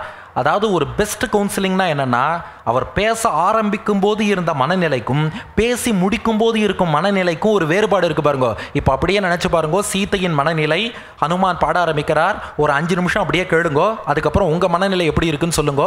மேலே ஹனுமான், கீழே சீத்தை, இடையே ராமாயணம். திருமடந்தை மண்மடந்தை இருபாலும் திகழ நலமந்தம் இல்லதோர் நாட்டில் அந்தமில் பேரின்பத்து அடியரோடு ஏழுலகும் தனிக்கோல் செல்ல வீற்றிருக்கும் அயர்வரும் அமரர்கள் அதிபதியான அணியார் பொழில் சூழ் அரங்கநகரப்பன் அலைநீர் கடலுள் அழுந்தும் நாவாய் போல் ஆவாரார் துணை என்று துலங்கும் நல்ல அமரர் துயர்த்தீர வல்லரக்கர் இலங்கை பாழ்படுக்க எண்ணி மண்ணுலகத்தோர் உய்ய அயோத்தி என்னும் மணிநகரத்து வெங்கதிரோன் குலத்துக்கோர் விளக்காய் கௌசலை தன் குலமதலையாய் தயரதன் தன் மகனாய் தோன்றி குணம் திகழ் கொண்டலாய் மந்திரங்கொள் மறைமுனிவன் வேள்வி காக்க நடந்து வந்ததிர்ந்த தாடகை தன் உரத்தை கீண்டு வல்லரக்கர் உயிருண்டு கல்லை பெண்ணாக்கி காரார்த்தின் சிலை இருத்து மைதிலியை மனம் புணர்ந்து 21 கால் அரசு கடைகட்ட மழுவாளி வெவ்வரி நற்சிலை வாங்கி வென்றி கொண்டு அவன் தவத்தை முற்றும் செற்று அம்புநெடு மணிமாட அயோத்தி எய்தி அரியணை மேல் மன்னனாவான் நிற்க கொங்கைவன் கூனி சொற்கொண்ட கொடிய கைகேசி வரம் வேண்ட அக்கடிய சொற்கேட்டு மலக்கியமா மனத்தரனாய் மன்னவனும் மராதொழிய குலக்குமரா காடுரையப்போ என்று விடை கொடுப்ப இந்நிலத்தை வேண்டாதே இன்றெடுத்த தாயரையும் ராஜ்யமும் ஆங்கொழிந்து மைவாய களிரொழிந்து மாவொழிந்து தேரொழிந்து கலன் அணியாதே காமரடில் விழல் உடுத்து அங்கங்கள் அழகு மாறி மானமறு மென்னோக்கி வைதேவி இன்துணையா இளங்கோவும் வாளும் வில்லும் கொண்டு பின் செல்ல கலையும் கரியும் பெரிமாவும் திரியும் காணம் கடந்து போய் பக்தி உடை குகன் கடத்த கங்கை தன்னை கடந்து வனம் போய் புக்கு காயோடு நீடு கனியுண்டு வியன் காண மரத்தின் நிழல் கல்லணை மேல் கண் துயின்று சித்திரக்கூட திருப்ப தயரதன் தான் நின்மகன் மேல் பழிவிளைத்திட்டு என்னையும் நீழ்வானில் போக்க என் பெற்றாய் கைகேசி நானும் வானகமே மிக விரும்பி போகின்றேன் என்று வானேற தேனமரும் பொழில் சாரல் சித்திர கூடத்து ஆனை புறவி தேரோடு காலாள் அணிகொண்ட சேனை சுமந்திரன் வசிட்டருடன் பரத நம்பி பணிய தம்பிக்கு மரவடியை வான் பணையம் வைத்து குவலைய துங்க கரியும் பரியும் ராஜ்யமும் எங்கும் பரதர் கருளி விடை கொடுத்து திருவுடைய திசைக்கருமன் திருத்தப் போய் தண்டகாரண்யம் புகுந்து மறைமுனிவர்க்கு அஞ்சேல் மின் என்று விடை கொடுத்து வெங்கண் விரல் விராதனுகவில் குனித்து வன் தமிழ் மாமுனி கொடுத்த வரிவில் வாங்கி புலர்ந்தெழுந்த காமத்தால் சீதைக்கு நேராவன் என்ன பொன்னிறங்கொண்ட சுடுசினத்த சூர்பணகாவை கொடிமூக்கும் காதிரண்டும் கூறார்ந்தவாளால் ஈரா விடுத்து கரனோடு தூடனன் தன் உயிரை வாங்க அவள் கதறி தலையில் அங்கை வைத்து மலை இலங்கை ஓடிப்புக கொடுமையில் கடுவிசை அரக்கன் அலைமலி வேர்க்கணாளை அகல்விப்பான் ஓருருவாய் மானையமைத்து சிற்றையிற்றில் முற்றல் மூங்கில் 3 தண்டத்தனாய் வஞ்சித்து இலைக்குரம்பில் தனியிருப்பில் கனிவாய் திருவை பிரித்து நீழ்கடல் சூழ் இலங்கையில் அரக்கர்குடிக்கு நஞ்சாக கொடுபோய் வம்புலாங்கடிகாவில் சிறையாய் வைக்க அயோத்தியர்கோன் மாயமான் மாயச்செற்று அலைமலி வேர்க்கணாளை அகன்று தளர்வெய்தி ஜடாயுவை வைகுந்தத்தேற்றி கங்குலும் பகலும் கண் துயில் இன்றி கானகம்படி உலாவி உலாவி கணையொன்றினால் கவந்தனை மடித்து சபரி தந்த கனி உவந்து வனமருவு தவியரசன் தன்னோடு காதல் கொண்டு மராமரம் ஏழைது உருத்தெழு வாலி மார்பில் ஒரு கனை உருவ ஓட்டி கருத்துடை தம்பிக்கு இன்ப கதிர்முடி அரசளித்து வானரக்கோனுடன் இருந்து வைதேகி தனை தேட விடுத்த திசைக்கருமந்திருத்தி திரள் விளங்கு மாருதியும் மாயோன் தூதுரைத்தல் செப்ப சீராரும் திரள் அனுமன் மாக்கடலை கடந்தேறி மும்மதில் நீள் இலங்கை புக்கு கடிகாவில் வாராறு முளைமடவாள் வைதேகி தனை கண்டு நின்னடியேன் விண்ணப்பம் கேட்டருளாய் அயோத்தி தன்றில் ஓர் இடவகையில் எல்லியம்போது இனிதிருத்தல் மல்லிகை மா மாலை கொண்டங்கு ஆர்த்ததுவும் கலக்கியமா மனத்தனளாய் கைகேசி வரம் வேண்ட மலக்கியமா மனத்தனாய் மன்னவனும் மராதொழிய குலக்குமரா காடோரையப்போவென்று விடை கொடுப்ப இலக்குமணன் தன்னோடங்கு ஏகியதும் கங்கை தன்னில் கூரணிந்த வேல்வளவன் குகனோடு சீரணிந்த தோழமை கொண்டதுவும் சித்திரகூட திருப்ப பரத நம்பி பணிந்ததுவும் சிறுகாக்கை முளை தீண்ட மூ உலகும் தெரிந்தோடி வித்தகனே ராமாவோன் என்ன பயம் என்ன அத்திரமே அதன் கண்ணை அறுத்ததுவும் பொன்னொத்த மானொன்று புகுந்தினிது விளையாட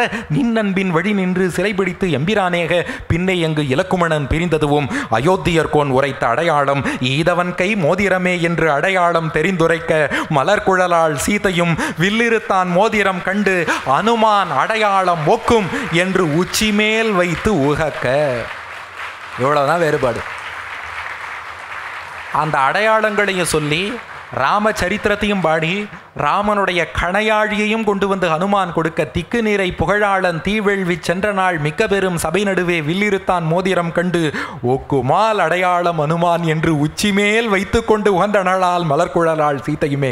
அந்த மோதிரத்தை உச்சி மேல் வைத்து கண்ணில் ஒத்திண்டு கண்ணீரால திருமஞ்சனம் பண்ணி மோதிரத்துக்குள் ராமனையை பார்த்து அப்படி ஆனந்தப்பட்டு விட்டாள் சீத்தை. சென்ற இடம் யாவும் நிழல் போல தோணுதே, அன்று சொன்ன வார்த்தை அலை போல மோதுதே, கணையாழி இங்கே மணவாளன் அங்கே காணாமல் நானும் உயிர் வாழ்வதெங்கே, கண்கள் இரண்டும் என்று உம்மை கண்டு பேசுமோ என்று ராமனை எண்ணி மோதிரத்தை பார்த்து சீதை அவ்வளவு ஆனந்தப்பட்டாளே. இதுதான் மனநோய்க்கு மருந்து. அப்போ பகவானுடைய அந்த சரித்திரத்தை நினைக்கிறோம் பாருங்க. ஒரு தடவை பகவானை நினச்சி மனசால் அப்படியே தியானம் பண்ணோம்னா மனசில் எந்த நோய் இருந்தாலும், இது தெரியாதனால தான் அவாவா வந்து நான் உனக்கு சைக்காட்ரிக் கவுன்சிலிங் கொடுக்குறேன், அதை பண்ணுறேன் இதை பண்ணுறேன். பெருமாளுக்கு மேலே யார் மனசுக்கு வைத்தியம் பண்ண போகிறா? அதுதான் பெரிய விஷயம். இது அடியன்னு சொல்லலை, இது ராமானுஜர் சொன்ன விஷயம். இவ்வளோ நேரம் என்ன நினச்சிட்டு இருக்கேன், இவன் ஏதோ டாக்டருக்கு படிச்சிருக்கான், சைக்காட்ரி படித்தான் சொல்கிறான். இதெல்லாம் இல்லை. அடியன் ஸ்ரீபாஷ்யம் ஆச்சாரியன் மூலம் சேவித்தவன். ஸ்ரீபாஷ்யத்தில் பூமாதிகரணத்தில் ராமானுஜர் சொன்னது அவருக்கு மேலே யார் சொல்லிட போகிறா? ஸ்ரீபாஷ்யத்தில் பூமாதிகரணத்தில் ராமானுஜர் சாதிக்கிறார், இந்த உலகத்தை நாம் எப்படி பார்க்கிறோமோ நம் மனம் நம் பார்வையை பொறுத்து தான் உலகம் நமக்கு தெரியும். விஷ்ணு புராணத்தில் மன ஏவ மனுஷியானாம் காரணம் பந்த மோக்ஷயோகம்னு சொல்லியிருக்கு. நீ உலகத்தை எப்படி பார்க்கிறாயோ அப்படி தான் உலகம். நான் எல்லாத்தையும் துன்பமயமாக பார்த்தேன்னா எல்லாம் துன்பமாக தான் இருக்கும். நான் மைண்டில் பாசிட்டிவிட்டியோட இன்பமயமாக பார்த்தா உலகம் இன்பமயமாக இருக்கும். 2 உதாரணம் சொல்கிறேன். ஒரு கிளாஸில் பாதி தண்ணீர் இருந்தது. இது கேள்விப்பட்டிருக்கல? பாதி தண்ணீர் இருந்தது. ஒருத்தட்ட கேட்டார், இதில் என்னப்பா இருக்குன்னு கேட்டார். இவர் சொன்னாராம், இட் இஸ் ஹாஃப் ஃபுல்லுன்னர். இன்னொருத்தட்ட கேட்டார், இட் இஸ் ஹாஃப் எம்டின்னர். அவ்வளோதான் வித்தியாசம். ஹாஃப் ஃபுல்லுங்கிறவன் பாசிட்டிவாக பார்க்குறான், ஹாஃப் எம்டிங்கிறவன் நெகட்டிவாக பார்க்குறான். பெர்னாட் ஷா ஒரு இடத்துல பேச போனார். ஜார்ஜ் பெர்னாட் ஷா பெரிய ஆரேட்டர். அவர் சொன்னாராம், நான் பேசுகிறது என்னுடைய ஆடியன்ஸில் 50% பேருக்கு தான் புரியும். Because 50% of my audience are ஃபூல்ஸுன்னார். எல்லாம் எழுந்துட்டாங்க. போனால் போகிறது ஏதோ உபன்யாசம் பண்ணுறேன்னு கேட்க வந்தால் 50% ஃபூல்ஸுங்கிறியா, கேட்க முடியாது போயான்ட்டு போயிட்டான். இருங்கப்பா, நான் பேசுகிறது 50% பேருக்கு தான் புரியும். Because 50% of my audience are இன்டெலிஜென்ட்னார். அப்படி சொல்லுன்னு உட்காந்துட்டான். 50% இன்டெலிஜென்ட்னாலே மித்தம் 50% என்னென்னு அர்த்தம் நீங்களே பார்த்துக்கோங்க. ஆனால் ஒரே ஸ்டேட்மெண்ட்டாக இருந்தாலும் நாம் எப்படி கன்வே பண்ணுறோங்கிறத பொறுத்து தான் மாறும். அதுபோல் உலகம் ஒன்று தான், நாம் எப்படி பார்க்கிறோங்கிறத பொறுத்து மாறுபடும். 2வது ஒரு உதாரணம் சொல்கிறேன். துரோணாச்சாரியார் என்ன பண்ணார், துரியோதனன் அனுப்பினார், உலகத்தை போய் பார்த்துட்டு வார்னார். பார்த்துட்டு வந்து சொன்னான் துரியோதனை, ஐயா உலகமே நன்னா இல்லை, எல்லாம் பொய் சூது வாது எல்லாம் தீமை கெட்டவன், எல்லாம் ஒருத்தன் கூட நன்னா இல்லைன்னோம். தர்மபுத்திரனை அனுப்பினார், நீ போய் பார்த்துட்டு வாடா. தர்மபுத்திரன் சொன்னான், எல்லாரும் நல்லவர்களாக இருக்கா, எல்லாரும் கருணையோடு இருக்கா, எல்லாரும் தர்மப்படி வாழறா, எல்லாரும் மற்றவாளுக்கு ஹெல்ப் பண்ணுறா. 2 பேரும் பார்த்தது ஒரே உலகம் தானே. ஏன் இப்படி சொல்கிறான்னா, துரியோதனம் போட்டுண்ட ஸ்பெக்ஸ் வேற, தர்மபுத்திரன் போட்டுண்ட ஸ்பெக்ஸ் வேற. அப்போ அந்த ஸ்பெக்ஸை டிசைட் பண்ணுறது நம்ம மனசு. இப்போ ராமானுஜருக்கு வரேன். பூமாதிகரணத்தில் ராமானுஜர் சொல்கிற அப்படியே கண்ணில் ஊற்றி கையை கொப்பிண்டு சேவிக்க வேண்டிய வார்த்தை ராமானுஜருடைய ஸ்ரீசுக்தி. அனவதிக அதிசய சுகரூபே பிரம்மணி அனுபூயமானே ததோன்யத் கிமபி ந பஷ்யதி அனுபவிதா பிரம்மஸ்வரூப தத் விபூதி அந்தர்கதத்வாச்ச கிருஷ்ணஸ்ய வஸ்துஜாதஸ்ய. நீ இறைவனை முதலில் பார், அந்த இறைவன் உலகத்தில் உள்ள எல்லா பொருளுக்குள்ளும் இருக்காங்கிறத புரிஞ்சுக்கோ, அதுக்கப்புறம் உலகத்தை பார், உலகமே ஆனந்தமயமாக இருக்கும். நம்ம ப்ராப்ளம் என்னென்னா, உள்ளே இருக்கிற பகவானையே பார்க்காம வெறும்ன வெளி உலகத்தை மட்டும் பார்க்குறோம், பார்த்தா துக்கமயமாக தான் இருக்கும். இதுக்கு ராமானுஜர் 2 உதாரணம் சொல்கிறார். எக்ஸாம்பிள் நம்பர் 1, யதா பித்தோபகத்தேன பீயமானம் பயஹா பித்ததாரதம்யேன அல்பசுகம் விபரீதஞ்ச பவதி பித்தானுபகதஸ்யே சுகாயைவ பவதின்னார். ஒருத்தனுக்கு பித்தம் ஜாஸ்தியாக இருந்தது தான், வாந்தி. இன்னைக்கு கர்டுன்னு சொல்கிறான் இல்லையா, GERD, gastro oesophageal reflux disease, GERD. அந்த ப்ராப்ளத்தினால எது சாப்பிட்டாலும் உமட்டுறது, வாந்தி வரதான். அவன் பால் சாப்பிட்டான், பால் சாப்பிட்டதும் பித்தம் ஜாஸ்தியாகி வாந்தி வந்து தான். அவன் சொன்னான், ஐயோ பால்னாலே துன்பம்ட்டான். இப்போ பிரச்சனை எங்கே இருக்குது, பால்லையா இவன் உடம்புலையா? இவன் உடம்புல. ஒரு டாக்டர் வந்தார், ஒன்றும் இல்லைப்பா, பேண்டோப்ரசோல் வித் டோம்பெரிடோனும் ஒரு ஆல்ஜினேட் குரூப்பும் சாப்பிட்டா உனக்கு சரியாயிடும்னு சொல்லி மருந்து மாத்திரை ப்ரிஸ்கிரிப்ஷன் கொடுத்தார். சாப்பாட்டுக்கு முன்னாடி PAN-D சாப்பிட்டான். சாப்பிட்டதுக்கப்புறம் அந்த பிங்க் கலர் சிறப்பை சாப்பிட்டான். சாப்பிட்டு 1 வாரத்தில் கர்டு போயிடுத்து. இப்போ அதே பால் சாப்பிட்டான். பால் ரொம்ப டேஸ்ட்டாக இருக்குடான்னா. பாலில் ஏதாவது மாற்றம் வந்ததா? பால் எப்போதுமே டேஸ்ட்டாக தான் இருக்குது. உங்ககிட்ட GERD இருந்ததுனால நேற்று வரைக்கும் அந்த இனிமை உனக்கு தெரியலை. உன் வியாதி நீங்கினதான் அந்த இனிமை புரியுறது. அது போல் பகவானுக்கு சரீரமான இந்த உலகம்ங்கிறது எப்போதும் நன்னா தான் இருந்துருக்கு. ஆனால் நாம் கர்ம வினைகளால் சூழப்பட்டு, அறியாமையால் சூழப்பட்டு, பகவானை அறியாமல் உலகை பார்ப்பதால் உலகத்தில் எல்லாம் தப்பு தப்பாக இருக்குது, உலகத்தில் பேலன்ஸ் இல்லை, உலகம் துன்பமயம் அப்படின்னு நம்ம புலம்பின்னு இருக்கோம். இந்த கண்ணாடியை கட்டிட்டு பகவானை அனுபவிக்க தொடங்கி அந்த பகவானுக்கு சரீரம்னு உலகத்தை பாரு. பகவான் செய்யும் ஒவ்வொரு செயலுக்குள்ளும் ஒரு காரணம் உண்டு, உலகமே ஆனந்தமயம்னு தெரியும். 2வது உதாரணம் கொடுக்கிறார் ராமானுஜர். யதைவ ராஜபுத்திரஸ்ய பிதுர்லீலோபகரணம் ததாத்வேன அனுசந்தீயமானம் பிரியத்துவம் அனுபகதம் ததாத்வானுசந்தானே பிரியதமம் பவதி. 2வது உதாரணம், ஒரு ஊரில் ஒரு இளவரசன் இருந்தானா. இந்த இளவரசன் என்ன பண்ணால், அரண்மனை அப்படியே சுற்றி பார்க்குறேன்ட்டு போனான். உள்ளே போய் பார்த்தா பெரிய சுரங்கம் இருக்குது, அது இருக்குது. பயந்துட்டானோ, ஐயோ இவ்வளோ பெரிய சுரங்கமானு. ஒரே காவலாளிகள்லாம் இருக்கா, பார்த்துட்டு பயந்துட்டான். ஐயோ இவ்வளோ காவலாளிகளாக நம்மளை அடிச்சிருவானோ, உதச்சிருவானோ. அதுக்கப்புறம் ஜெயிலில் போய் பார்க்குறான். ஜெயிலில் பார்த்தா எவ்வளோ பேர் எல்லாம் கஷ்டப்பட்டுருக்கா.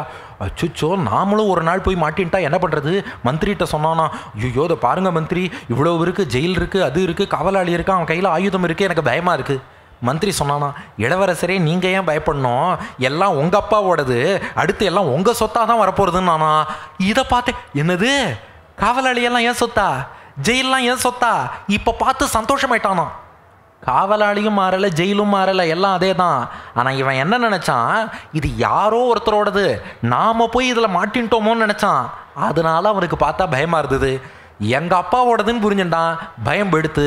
அது போல தான் இந்த உலகத்தை ஏதோ பகவானுக்கும் உலகமுக்கும் தொடர்பே இல்லை அப்படின்னு நினச்சா பயமாக இருக்கும். ஆனால் நமக்கு தந்தையாக இருக்கானே, இதோ சிங்கப்பூர் ஸ்ரீனிவாசன், இந்த பெருமாளுக்கு சொந்தமான உலகம்னு பார்க்க ஆரம்பிச்சாச்சே, எங்கள் அப்பாவோட சொத்தா, அத்தனை உலகமும் எங்கள் பெருமாளோட சொத்து, நான் அந்த பெருமாளோட குழந்தை.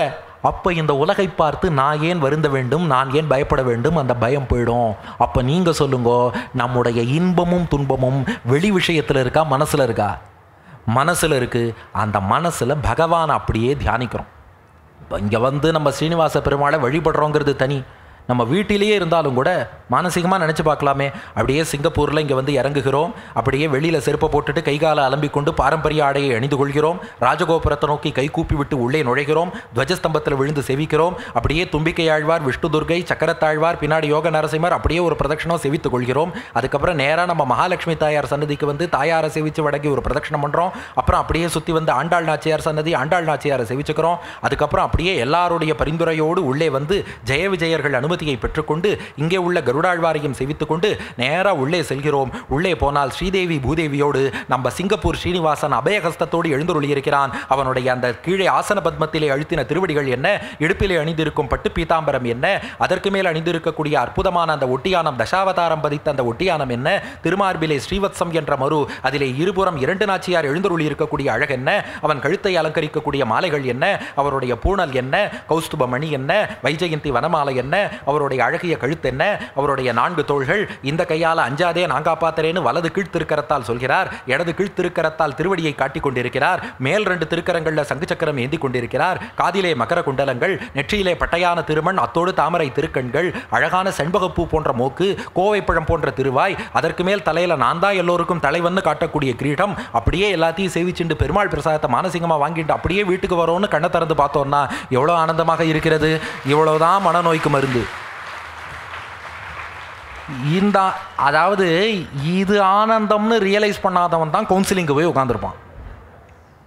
கவுன்சிலிங்க்கும் மெடிடேஷனுக்கும் யோகாவுக்கும் அங்கே போகிறேன் இங்கே போகிறேன்னு புள்ளியை வச்சு யார் தியானம் பண்ணுவான்னா இப்படி நம்ம சிங்கப்பூர் ஸ்ரீனிவாசனை அனுபவிக்க தெரியாதவா தான் அங்கே போவான். அப்போ மனநோய்க்கு யார் மருத்துவன்னா இது ராமானுஜர் சொன்ன விஷயம், பகவான் தான் மருத்துவன்.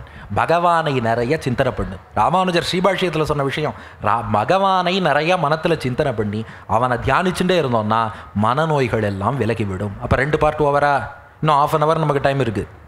டைம் நான் இப்போ கரெக்டாக பார்த்துப்பேன், 8:50 மணி. அதனால் இப்போ 3 ஆயிடுது. எதை ஹனுமான கடைசியாக சொல்லணும்ல, அதுக்கு தான் விட்டுருக்கேன். நான் காரணம் எல்லாம் விட மாட்டேன். இப்போ அடுத்தது தான் ஹனுமான் மெயினாக வரப்போகிறார். எப்படிங்கிறதுக்கு விஷயத்துக்கு வரேன். ஏன்னா அவரை தனியாக அவர் இங்கே ரொம்ப கிரேட்டு. இப்போ அடுத்து ஆன்ம நோய்க்கான மருந்தை சொல்லுவோம். இப்போ ஆன்ம நோய்க்கு என்ன மருந்து? உடல் நோய் பார்த்தோம், மனநோய் பார்த்துட்டோம், ஆன்ம நோய் சொல்லணும். அங்கே தான் அவர் வரப்போகிறார். இப்போ ஆன்ம நோய்க்கான மருந்து என்னங்கிறத சொல்கிறேன். அதுக்கும் யார்? பெருமாள் தான், அதில் சந்தேகமே வேண்டாம். மற்ற நோய்களுக்காவது மற்றவெல்லாம் வைத்தியம் பண்ணுறேன்னு ட்ரை பண்ணலாம். இந்த ஆத்மாவை பிடிச்ச கர்ம வினைங்கிற நோய் இருக்குது பாருங்க, இதுக்கு யாரும் ட்ரை பண்ணவே முடியாது. பெருமாள் ஒருத்தர் தான் காப்பாற்ற முடியும். நாம் செய்த பாப்பங்களாகிய கர்ம வினை, அதுதான் இங்கே காசேட்டிவ் ஆர்கானிசம். ஒவ்வொரு வியாதிக்கும் ஒரு காசேட்டிவ் ஆர்கானிசம் தான். இப்போ கோவிட் வியாதினா அதுக்கு கொரோனா வைரஸுங்கிறோம். அது போல் பிறவிப்பிணின்னு நம்ம உலகியல்ல பிறந்து கொண்டே இருக்கிறோம். அதுக்கு எதுப்பா காசேட்டிவ் ஆர்கானிசம்னா, அதுவா நாம் பண்ண பாப்பங்கள் தான். அது அனாதி, தொடக்கமே இல்லாமல் T0ங்கிற டைமே ட்ரேஸ் பண்ண முடியாதபடி பாபங்கள் பண்ணிகிட்டே வந்திருக்கோம். அந்த காசேட்டிவ் ஆர்கானிசம்னால உலகத்திலே பிறத்தல் என்ற கர்ம வினைங்கிற வியாதியால் உலகத்தில் பிறந்துட்டே இருக்கும். அதுலேயும் எப்படின்னா சில வியாதியெல்லாம் காம்ப்ளிகேட் ஆகிடும். இப்போது டயபெட்டிஸ், நீரிழிவு நோய், அதை அப்படியே விட்டால் என்ன ஆகும்னா காலில் புண்ணு வரும், கிட்னி பாதிக்கும், ஹார்ட் பாதிக்கும், கண்ணு பாதிக்கும், அந்த மாதிரி போகும் இல்லையா? அதுபோல் இந்த கர்ம வினைனால் என்ன ஆகுதுன்னா இன்னும் 3 விதமான தோஷம் வரதான். ஆத்தியாத்மிகம், ஆதி தெய்வீகம், ஆதி பௌத்திகம்னு 3 வித காம்ப்ளிகேஷனை வேறு இது கொடுக்கறது. Complicated disease. ஆத்தியாத்மிகம்னா உடல் ரீதியாக வரக்கூடிய வியாதிகள், ஆதி பௌத்திகம்னா மற்ற புழு பூச்சி மற்ற உயிரினங்களால் நமக்கு வரக்கூடிய கஷ்டங்கள், ஆதி தெய்வீகம்னா இயற்கை சீற்றம், தேவர்கள் கண்ட்ரோலில் உள்ள இந்த புயல் அப்பப்போ வருது பாருங்க, பூகம்பம், சுனாமி, இந்த மாதிரி வருது. அப்போ உடம்புலேருந்தும் வருது, மற்ற உயிர்கள்லேருந்தும் வருது, இயற்கை சீற்றங்கள் வெளியிலேருந்தும் வருது. இப்படிப்பட்ட எல்லாம் ஒன்று சேர்ந்து நம்மளை போட்டு படுத்துருது. இந்த 3 விதமான காம்ப்ளிகேஷன், ஆத்தியாத்மிகம், ஆதி தெய்வீகம், ஆதி பௌத்திகம்னு போட்டு படுத்திண்டு அப்போ காசேட்டிவ் ஆர்கானிசம் கர்மா, வியாதி, சம்சாரம் என்ற பிறவி சுழற்சி, இதோட காம்ப்ளிகேஷன் ஆத்தியாத்மிகம், ஆதி தெய்வீகம், ஆதி பௌத்திகம். இதுக்கு யார்ப்பா வைத்தியம் பண்ணுவா? இதுக்கு ஒரு புராண ஸ்லோகம் இருக்குது. மேருமந்தர மாத்ரோபி ராஷிஃப் பாபஸ்ய கர்மணா கேசவம் வைத்தியமாசாத்திய துர்வியாதிரிவ நஷ்யதி.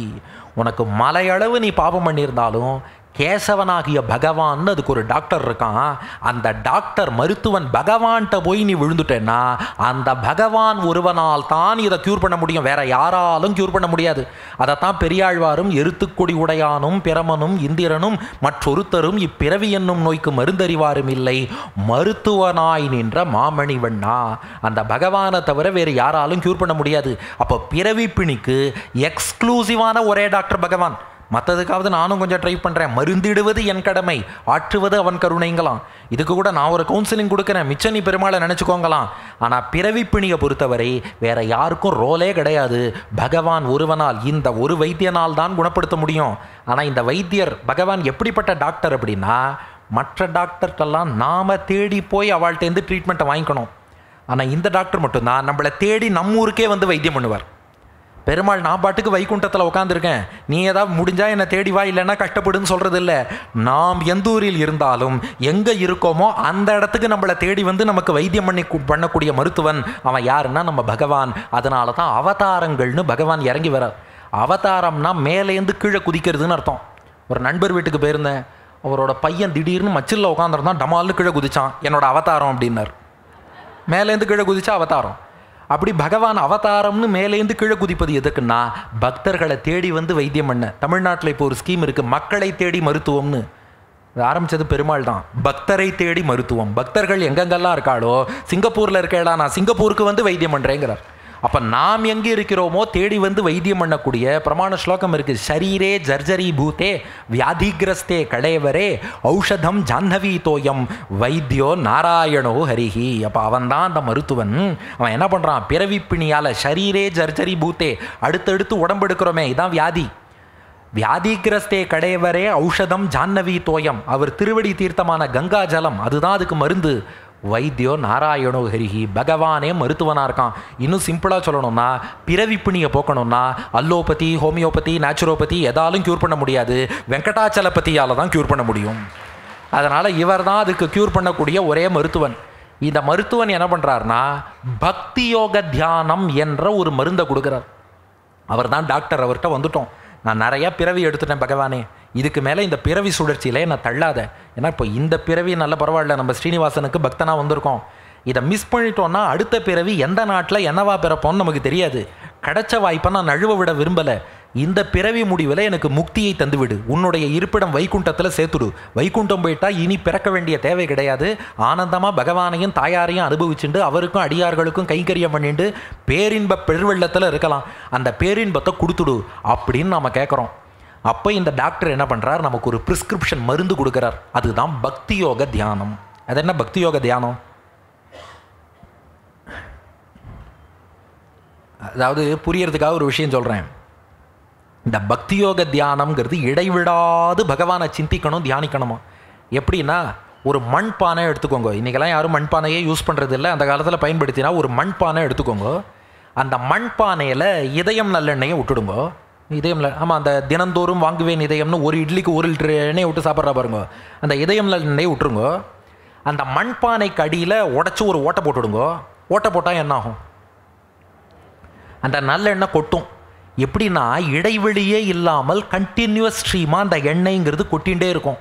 அந்த இதயம் நல்லெண்ணெய் எப்படி இடைவிடாது கொட்டுகிறதோ அதுபோல் இதயத்தில் உள்ள நல்லெண்ணங்கள் எல்லாம் காதலோடு பகவானையே தியானித்தால் அதற்கு பக்தி யோகம்னு பேர். மற்றபடி இதயம் நல்லெண்ணெய் நமக்கு ஒன்றும் ஸ்பான்சர்லாம் கிடையாது, இது பாவம் HEBலேருந்து நடத்தின்னு இருக்கா.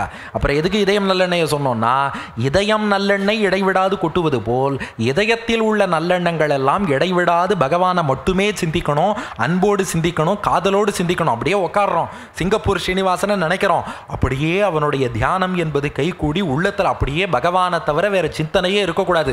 இப்படியே பகவானை தியானித்து கொண்டு வந்தால் அதற்கு பக்தி யோக தியானம்னு பேரு. இந்த தியானம் தான் உனக்கு மருந்து, இந்த தியானத்தை பண்ணு முக்தி தரேங்கிறார் நம்ம ஸ்ரீனிவாசன் ஆகிய மருத்துவர். அப்ப டாக்டர் அவர் தான். அவர் கொடுக்குற மருந்து என்னன்னா பக்தி யோக தியானம். நாம் சொன்னோம் இதெல்லாம் எங்களுக்கு ரொம்ப கஷ்டம், நாங்கள் தியானம்னு உட்காந்து கண்ணை மூடினாலே யாரை எங்களுக்கு பிடிக்காதோ பிடிக்காத நபர் தான் வந்து அட்டண்டன்ஸே போடுவார். அப்படி கண்ணை மூடி உக்காந்தோன்னா யாரை பிடிக்காதோ யாரையும் அப்படி பிடிக்காதுன்னு வச்சுக்கக்கூடாது தான். பட் என்ன பண்ணுறது, யாரை பிடிக்காதோ கரெக்டாக வந்துடுவார். தியானம் பண்ணும்போது ஏன்டா இவன் ஏன்டா வந்தான்னு நமக்கே தோணும், அந்த மாதிரி வந்துடுவார். எங்களுக்கெல்லாம் கொஞ்ச நேரம் 5 நிமிஷம் தியானம் பண்ணாலே அப்படியே வாட்ச 5 நிமிஷம் ஆகிடுதா, கண்ணை திறக்கலாமா, அப்படி இப்படி சுற்றி சுற்றி பார்க்குறோம். என்னெல்லாம் இடைவிடாமல் அதுவும் அன்போடு பக்தியோடு உருகி உருகி தியானம் பண்ணுனா கஷ்டமாக இருக்குது. பகவானே கொஞ்சம் ப்ரிஸ்கிரிப்ஷனை மாற்றி கொடு. டாக்டர் மாத்திரை எழுதி தரார், அந்த மாத்திரை கிடைக்கலன்னா திரும்ப அந்த ப்ரிஸ்கிரிப்ஷனை டாக்டர்கிட்டே எடுத்துன்னு போய் சாரி இந்த மாத்திரை கிடைக்கல அல்லது கஷ்டமாக இருக்குது, இது எனக்கு ஒத்துக்கலை, வேறு ப்ரிஸ்கிரிப்ஷன் கொடுங்கன்னு கேட்குறோம் இல்லையா.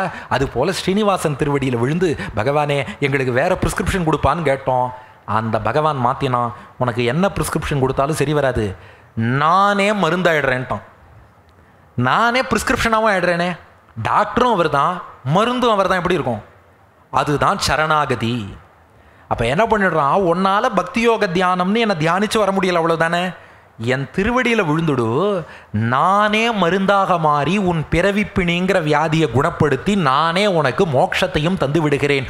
மருத்துவனே மருந்தாக மாறுவது யார்கிட்டனா பகவான்கிட்ட மட்டும்தான். அப்போ என்னால் வேற மருந்தை உட்கொள்ள முடியவில்லை என்று சொல்லிவிட்டால் பகவானாகி அவனே. ஒரு சிறந்த டாக்டர் என்ன பண்ணாராம், பேஷண்ட்டுக்கு என்ன பண்ணாலும் அவர் சாப்பிட மாட்டேன், அது மாட்டேன், இது மாட்டேன்னு சொன்னார். டாக்டர் கடைசியாக பார்த்தார், அவ்வளோதானப்பா, நான் சொல்கிறத கேளு, இந்த டாக்டரை நம்பு, நான் காப்பாற்றுறேன்னார். அந்த மருத்துவன்ட்ட வைக்கிற நம்பிக்கையை மருத்துவனாய் நின்ற மாமணிவண்ணன்ட்ட மகா விஸ்வாசம்னு நம்பிக்கை வச்சு நீ தாண்டா கத்தின்னு சரணாகதி பண்ணிட்டோம். அந்த சரணாகதிங்கிற நம்பிக்கையை டாக்டர் மேலே வச்சுட்டோம்னா அந்த டாக்டராகிய பகவானே மருந்தாக இருந்து காப்பாற்றுவான். அதுதான் சரணாகதி. இது அடியன் சொல்லலை, விஷ்ணு சகஸ்ரநாமம் நிர்வாணம் பேஷஜம் பிஷக்குன்னுது. எந்த விஷ்ணு சகஸ்ரநாமம் முதல்ல வெறும் வைத்தியன்னுது, அதே சகஸ்ரநாமம் பேஷஜம் பிஷக்குங்கிறது. பிஷக்னா டாக்டர், பேஷஜம்னா மருந்து. பேஷஜம் பிஷக்குனா மருந்தும் அவனே மருத்துவனும் அவனே. பகவானே, இன்னொரு மருந்தெல்லாம் நாடி போக முடியாது, சிங்கப்பூர் சீனிவாசா நீயே மருந்தாகு, நீயே மருத்துவனாகுன்னு அவன்கிட்ட சரணாகதி பண்ணிடுறோம். ஆழ்வார் அப்படியே தமிழில் பாடுறார், மருந்தும் பொருளும் அமுதமும் தானே திருந்திய செங்கண்மாலாங்கேன்னு 3ஆம் திருவந்தாதி பாசுரம். நம்மாழ்வார் பாசுரம், வினையேன் வினைதீர் மருந்தானாய் விண்ணோர் தலைவா கேசவா. அடுத்து பெரியாழ்வார் பாசுரம், ஆனிரை மேய்க்கனி போதி அரு மருந்து ஆவது அறியாய். அப்போ மருந்தும் பெருமாள் தான், மருத்துவனும் பெருமாள் தான். நேராக அவர் திருவடியில் விழுறோம். அவர்கிட்ட விழுந்துட்டு அவர் என்ன பண்ணுறார், எப்படி மாடிப்படி ஏற முடியாதவளை லிஃப்ட் மேலே கொண்டு போய் சேர்த்துருமோ, பக்தியோக தியானம் பண்ண முடியாதவனை பெருமாளே மருந்தாக இருந்து வைகுண்டத்தில் சேர்த்து கைங்கரியம் பண்ண வச்சுடுறார். எப்படி மூவுலகத்தையும் சுற்றி பெற வேண்டிய ஞானப்பழத்தை முருகன் மூவுலகம் சுற்றி போனாலும் விநாயகர் அப்பா அம்மாவையே சுற்றி ஞானப்பழத்தை வாங்கிட்டு போயிட்டாரோ, அதுபோல் என்னால் பக்தியோக தியானம் பண்ண முடியாதுங்கிறவன் நேராக நமக்கு தாய் தந்தையாக இருக்கக்கூடிய ஸ்ரீதேவி பூதேவியோடு கூடிய நம்ம ஸ்ரீனிவாசன் அவன் திருவடியில் விழுந்தா போகிறோம். அந்த பகவானே தன்னருளால் நமக்கு மோட்சத்தை கொடுத்துட்டு போயிடுவான். இதுதான் ரகசியம். இன்னும் சிம்பிளாக சொல்லணும்னா, நீங்கள் சிங்கப்பூரை வந்து சேரணும்னு வச்சுக்கோங்களேன். இப்போ சென்னையிலேருந்து சிங்கப்பூர் வரணும், அதுக்கு என்ன வழி? ஃப்ளைட்டில் வரலாம், கப்பலில் வரலாம், அப்புறம் சில பேர் அட்வென்ச்சர் விரும்புகிறவா பைக்கில் கூட வரலாம், அப்படியே நிலம் வழியாகவே கடலை தாண்டாமல் வரேன்னு. அப்போ அவருக்கு டெஸ்டினேஷன் சிங்கப்பூர். அதுக்கு மீன்ஸ் வழியாக இருப்பது பைக்காக இருக்கலாம், ஃப்ளைட்டாக இருக்கலாம், ஹெலிகாப்டராக இருக்கலாம், கப்பலாக இருக்கலாம். ஆனால் இது எதுலேயும் போக முடியலைன்னா சிங்கப்பூரில் கொண்டு வந்து சேர்த்தா எப்படி இருக்கும்? சிங்கப்பூரே வந்து வாப்பான்னு அவனை தூக்கி உட்கார வச்சுட்டு சிங்கப்பூரே பறந்து வந்து இதான் சிங்கப்பூர்னு உட்கார வச்சா எப்படி இருக்கும்? அதுதான் சரணாகதி. என்னால் பக்தி யோகம் பண்ண முடியல, என்னால் நீ கொடுத்த மருந்தை சாப்பிட முடியல. பெருமாள் என்ன பண்ணுறார், அவரே இறங்கி வரார், நம்மளை தூக்கி அப்படியே வச்சுக்கிறார், அவரே நம்மளை தூக்கின்னு போய் வைகுண்டத்தில் வச்சுடுறார். நீ பண்ண வேண்டிய பக்தி யோக தியானம்ங்கிற ஸ்தானத்தில் நானே இருந்து உனக்கு மோட்சம் கொடுக்குறேங்கிறார். இன்னும் சிம்பிளாக சொல்கிறேன், இந்த சின்முத்திரை உபதேச முத்திரைங்கிற நம்ம ராமானுஜர் உள்ளிட்ட ஆச்சாரியர்களை சேவிச்சா இந்த முத்திரை கையில் வச்சுட்டுருப்பா. இதுக்கான பல விளக்கத்தில் ஒரு விளக்கம் மட்டும் படியன்னு சொல்கிறேன். என்னென்னா, நீங்கள் ட்ரை பண்ணி பார்க்கலாம். இந்த ஆள்காட்டி விரலையே நகர்த்தாமல் கட்டை விரலை மட்டும் மேலே தூக்கி பாருங்க. இது வருதா? இந்த டிப்பை தொடணும். ஆள்காட்டி விரலை நகர்த்தாமல் கட்டை விரலை மட்டும் தூக்கி இந்த டிப்பை தொடணும். முடியலையா? முடியல. ஓகே, இப்போ கட்டை விரலை நகர்த்தாதீங்க, ஆள்காட்டி விரலை மட்டும் கீழே இருக்குங்க. தொட்டாச்சு. இது ஜீவாத்மா, இது பரமாத்மா. நான் எவ்வளோ ட்ரை பண்ணாலும் அவனை போய் அடைய முடியாது. அவரே இறங்கி வந்து அனுகிரகம் பண்ணா தான் உண்டு.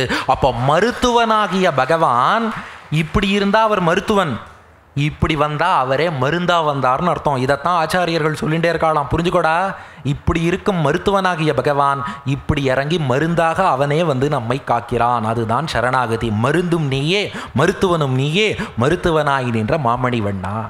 இந்த டாக்டர் எங்கே இருந்தால் அவருக்கு சிறப்பு? இப்போ டுவர்ட்ஸ் தி கன்க்ளூஷன் நம்ம வந்துருக்கோம். இந்த டாக்டர் எங்கே இருந்தால் அது டாக்டருக்கு சிறப்பு? எங்கே நிறையா பேஷண்ட் இருக்காளோ அங்கே தான் டாக்டர் இருக்கணும். கரெக்டு தானே? பேஷண்ட் நிறையா இருக்கிற இடத்துல டாக்டர் இருந்தால் தான் டாக்டருக்கு சிறப்பு. இப்போது வைகுண்டத்தில் இந்த மருத்துவனாகிய பெருமாள் இருக்காருன்னு வச்சுக்கோங்களேன். வைகுண்டத்தில் இருக்கார், ஆனால் அங்கே பேஷண்ட்டே கிடையாது. அங்கே இருக்கிறவாள்லாம் யார்? ஆதிசேஷன், கருடன், விஸ்வக்சேனர், நம்ம ஆழ்வார் ஆச்சாரியர்கள்லாம் இருக்கா. இவாளுக்கெல்லாம் நோயே கிடையாது. ஒரு டாக்டர் என்ன பண்ணார், கிளினிக் ஓப்பன் பண்ணுறேன்னு ஒரு ஊருக்கு போனார். போனால் இடுப்பு வலி தலைவலின்னு கூட ஒரு பேஷண்ட் வரலையாம். ஊரில் போய் விசாரிச்சார், என்னையா ஒரு பேஷண்ட்டும் உங்கள் ஊரில் கிடையாதான்னு கேட்டார். அவள் சொன்னால், நாங்கள் 2-2-2-2ன்னு 2-2 ஃபார்முலா ஃபாலோ பண்ணுறோன்னா. என்னன்னு கேட்டார். ஒரு நாளைக்கு 2 உணவு உறக்கம், ஒரு நாளைக்கு 2 உணவு உறக்கம் சரியாக பார்த்துக்கிறோம். வாரத்துக்கு 2, வாரத்துக்கு குறைஞ்சபட்சம் மினிமம் 2 தடவை கோவிலுக்கு போயிடுவோம். ஒரு பட்சத்துக்கு 2, பட்சம்னா 2 வாரம், ஒரு பட்சத்துக்கு 2 சனிக்கிழமை எண்ணெய் தேய்ச்சி குளிச்சுருவோம், 2 சனிக்கிழமை 2 தடவை எண்ணெய் தேய்ச்சிருவோம். மாதத்துக்கு 2 ஏகாதசி வரும், விரதம் இருந்துருவோம். ரித்துவுக்கு 2, ரித்துனா 2 மாதம், 2 மாதத்துக்கு 2 என்னென்னா க்ஷவரம் பண்ணிவிடுவோம், சர்வாங்க க்ஷவரம் 2 மாதத்துக்கு 2 தடவை பண்ணிவிடுவோம். அப்புறம் ஒரு அயனத்துக்கு 2, அயனம்னா 6 மாதம், 6 மாதத்துக்குள்ளே 2 தடவை விளக்கெண்ணெய் சாப்பிட்டு வயத்தை க்ளீன் பண்ணிவிடுவோம். வருஷத்துக்கு 2 தீர்த்த யாத்திரைன்னு தீர்த்த யாத்திரை 2 தடவை 6 மாதத்துக்கு ஒரு தடவை போயிட்டு வந்துடுவோம். ஒரு நாளைக்கு 2 உணவு உறக்கம், வாரத்துக்கு 2 மினிமம் 2 கோவில். அதுக்கப்புறம் பட்சத்துக்கு 2 சனிக்கிழமை எண்ணெய் தேய்ச்சி குளிப்பது, மாதத்துக்கு 2 ஏகாதசி, ரித்துவுக்கு 2 க்ஷவரம், அயனத்துக்கு 2 விளக்கெண்ணெய் சாப்பிட்றது, வருஷத்துக்கு 2 தீர்த்த யாத்திரை போகிறது. டாக்டர் பார்த்தார், உங்களுக்கு வியாதியே வராது, நான் கிளினிக்கை வேறு ஊருக்கு மாற்றிக்கிறேன்னு மாற்றின்னு போயிட்டார். இது டாக்டருக்கே பண்ண ட்ரீட்மெண்ட். அதை மாதிரி பெருமாள் வைகுண்டத்தில் யாருக்காவது வைத்தியம் பண்ணலான்னு பார்த்தா அங்கே எல்லாரும் ஹெல்தி பீப்புள், பிறவி நோய்ங்கிறதே அவளுக்கு இல்லை. அதனால தான் என்ன பண்ணாராம், பார்க்கடலுள் பையத்துயின்ற பரமன்னு திருப்பார்கடலுக்கு பெருமாள் இறங்கி வந்து பார்க்கடலில் அப்பப்போ இந்த தேவர்கள்லாம் வருவா, தேவர்களுக்கெல்லாம் வைத்தியம் பண்ணலான்னு பார்த்தார். என்ன பிரச்சனைன்னா இந்த தேவர்கள்லாம் செல்ஃப் மெடிக்கேஷன், தானாக கூகுளாச்சாரியரை கட்டி இவாளாக ஒரு வைத்தியத்தை பண்ணிட்டு அது சைடு எஃபெக்ட் காம்ப்ளிகேஷன் வரும்போது அப்புறம் டாக்டர்கிட்ட வருவா பாருங்க. அதுபோல் இந்த தேவர்கள்லாம் தாங்களாக ஒரு பிரச்சனையை வரவழிச்சுட்டு அது காம்ப்ளிகேட் ஆனதுக்கப்புறம் பெருமாள்கிட்ட வந்து காப்பாற்றுங்கிறா. எந்த டாக்டருக்காவது இப்படிப்பட்ட பேஷண்ட்டை பிடிக்குமா? இந்த செல்ஃப் மெடிக்கேஷன் சொல்லி நிறைய பேர் இன்றைக்கி அதான் பண்ணுறா. இந்த கூகுள் வந்ததுலேருந்து என்ன ஆயிடுத்துன்னா டாக்டர் மேலே யாருக்கும் நம்பிக்கை கிடையாது. டாக்டரே மாத்திரை கொடுத்தாலும் கூகுளில் அடிச்சு பார்ப்பா, கூகுளில் கரெக்டாக இருந்தால் ஒத்துக்கலாம், இல்லைன்னா அந்த மாத்திரையே சாப்பிட மாட்டேன், அந்த லெவலுக்கு அது போயிட்டு இருக்குன்னு வச்சுக்கோங்க. அதை மாதிரி இப்போது இந்த செல்ஃப் மெடிக்கேஷனுக்கு ஒரு கதை சொல்லுவாள், மொட்டை தலைக்கும் முழங்காலுக்கும் முடிச்சு போடுறதுன்னு கேட்டிருக்கேள. மொட்டை தலைக்கும் முழங்காலுக்கும் முடித்து போடுவது, இந்த கதை எப்படி வந்ததுன்னா, ஒரு ஊரில் ஒரு ராஜா இருந்தான். அந்த ராஜாவுக்கு ரொம்ப நாளாக மூட்டு வலி. அவன் என்ன பண்ணான், இங்கே ஓலைச்சுவடி எடுத்து மூட்டு வலிக்கு என்ன வைத்தியம்னு பார்த்தான். அதில் எழுதியிருந்ததான், பொடுதலையை கட்டினால் மூட்டு வலி சரியாயிடும். பொடுதலையை கட்டினா மூட்டு வலி சரியாகும். பொடுதலைன்னா என்ன, ஏதோ டிக்ஷனரி எடுத்து பார்த்துருக்கான். அதில் பொடுனா முடியில்லாதன்னு போட்டிருந்ததான். பொடு தலை, முடியில்லாத தலை. பொடுதலையை கட்டினா மூட்டு வலி சரியாகும். அப்போ முடியில்லாத மொட்டை தலையை கட்டினா முழங்கால் வலி சரியாக போயிடும். யாராவது மொட்டை தலை இருந்தால் அழிச்சுன்னு வா, என் முழங்காலோட கட்டி போடு, என் முழங்கால் வலி போய்டும்ட்டான். இதை கேள்விப்பட்டு ஊரில் இருந்த மொட்டை தலையர்கள்லாம் ஊரை விட்டே ஓடிட்டாலும். ராஜா எங்கேயாவது நம்ம தலையை கொண்டு வந்து இவன் முழங்காலோட கட்டிட்டா என்ன பண்ணுறதுன்னு அவளுக்கு பயம். ஆனால் எங்கேயோ ஒரு மொட்டை தலையோட ஒருத்தர் மாட்டினார், அவன் அப்படியே கொண்டு வந்தான். அவன் தலையை முழங்காலோட 3 மணி நேரம் கட்டி போட்டான். 3 மணி நேரம் கட்டியும் இவனுக்கு வலி குறையலை. அவர் கத்துறாரோ, ஐயோ வலிக்கிறதேன்னு கத்தினார். அப்புறம் பார்த்தான், அந்த ஓலைச்சுவடி எழுதின டாக்டர் யார், அவனை வர சொல்லுன்னா. இந்த டாக்டர் வந்தான். ராஜா கேட்டான், யோ என்னையா எழுதியிருக்க, பொடுதலையை கட்டினா மூட்டு வலி சரியாக போகும்னு. நானும் ஒரு மொட்டை தலையை 3 மணி நேரமாக கட்டி வச்சேன், அவன் தலைக்கு தான் வலிக்கிறது, என்னோட முழங்கால் வலி போகலையே. அவன் சொன்னானா, ஐயோ ராஜா நீங்கள் தப்பாக புரிஞ்சுன்னுட்டேள், பொடுதலைங்கிறது ஒரு மூலிகை, அந்த பொடுதலைங்கிற மூலிகையை நசுக்கி கட்டி அதை வந்து 10 முழங்காலில் போட்டால் சரியாக போகும்னு சொன்னேன். அந்த பொடுதலைனா மூலிகையெல்லாம் நசுக்கி கட்டணும், நீங்கள் போய் இதை கட்டினா என்ன பண்ணுறதுன்னு கேட்டான். அந்த மொட்டை தலையர் இருக்காரு, டாக்டரோட காலில் விழுந்து நமஸ்காரம் பண்ணாராம். எதுக்குன்னா, நல்ல வேளை நீங்கள் ஓலைச்சுவடியில் பொடுதலையை நசுக்கி கட்டணும்னு எழுதலை, ஓலைச்சுவடியில் பொடுதலையை கட்டினா போதும்னு எழுதியிருக்கார். இங்கே வந்து பொடுதலையை நசுக்கி கட்டுன்னு நீ மட்டுக்கு எழுதி வச்சுருந்தான்னா என் தலை என்ன இருக்கும்? இந்த மாதிரி செல்ஃப் மெடிக்கேஷன் பண்ணுற ஆள்களாக இந்த தேவர்கள்லாம் அவாவா போகிறது, எங்கேயாவது ஒரு தப்பை பண்ணுறது. இவன் இந்திரன் துர்வாசர்ட்ட அபச்சாரப்படுவான், அவர் ஒரு சாபம் கொடுப்பார், ராஜ்யத்தை இழப்பான், அப்புறம் பெருமாள்கிட்ட வருவான். ஐயோ இந்த செல்ஃப் மெடிக்கேஷன்லாம் போதும்பா, இங்கேயும் வைத்தியம் பண்ணி பெருமாளுக்கு திருப்தி இல்லை. வைகுண்டத்துக்கு போனால் பேஷண்ட்டே கிடைக்கல, பார்க்கடலுக்கு போனால் செல்ஃப் மெடிக்கேஷன் பேஷண்ட்டாக இருக்கா. அங்கேருந்து அப்படியே பூலோகத்தில் நம்மளையெல்லாம் பார்த்தார், நமக்கு தான் வியாதியும் புரியலை மருந்தும் புரியலை. இப்படிப்பட்ட பேஷண்ட் இருந்தால் டாக்டருக்கு ரொம்ப சந்தோஷம்.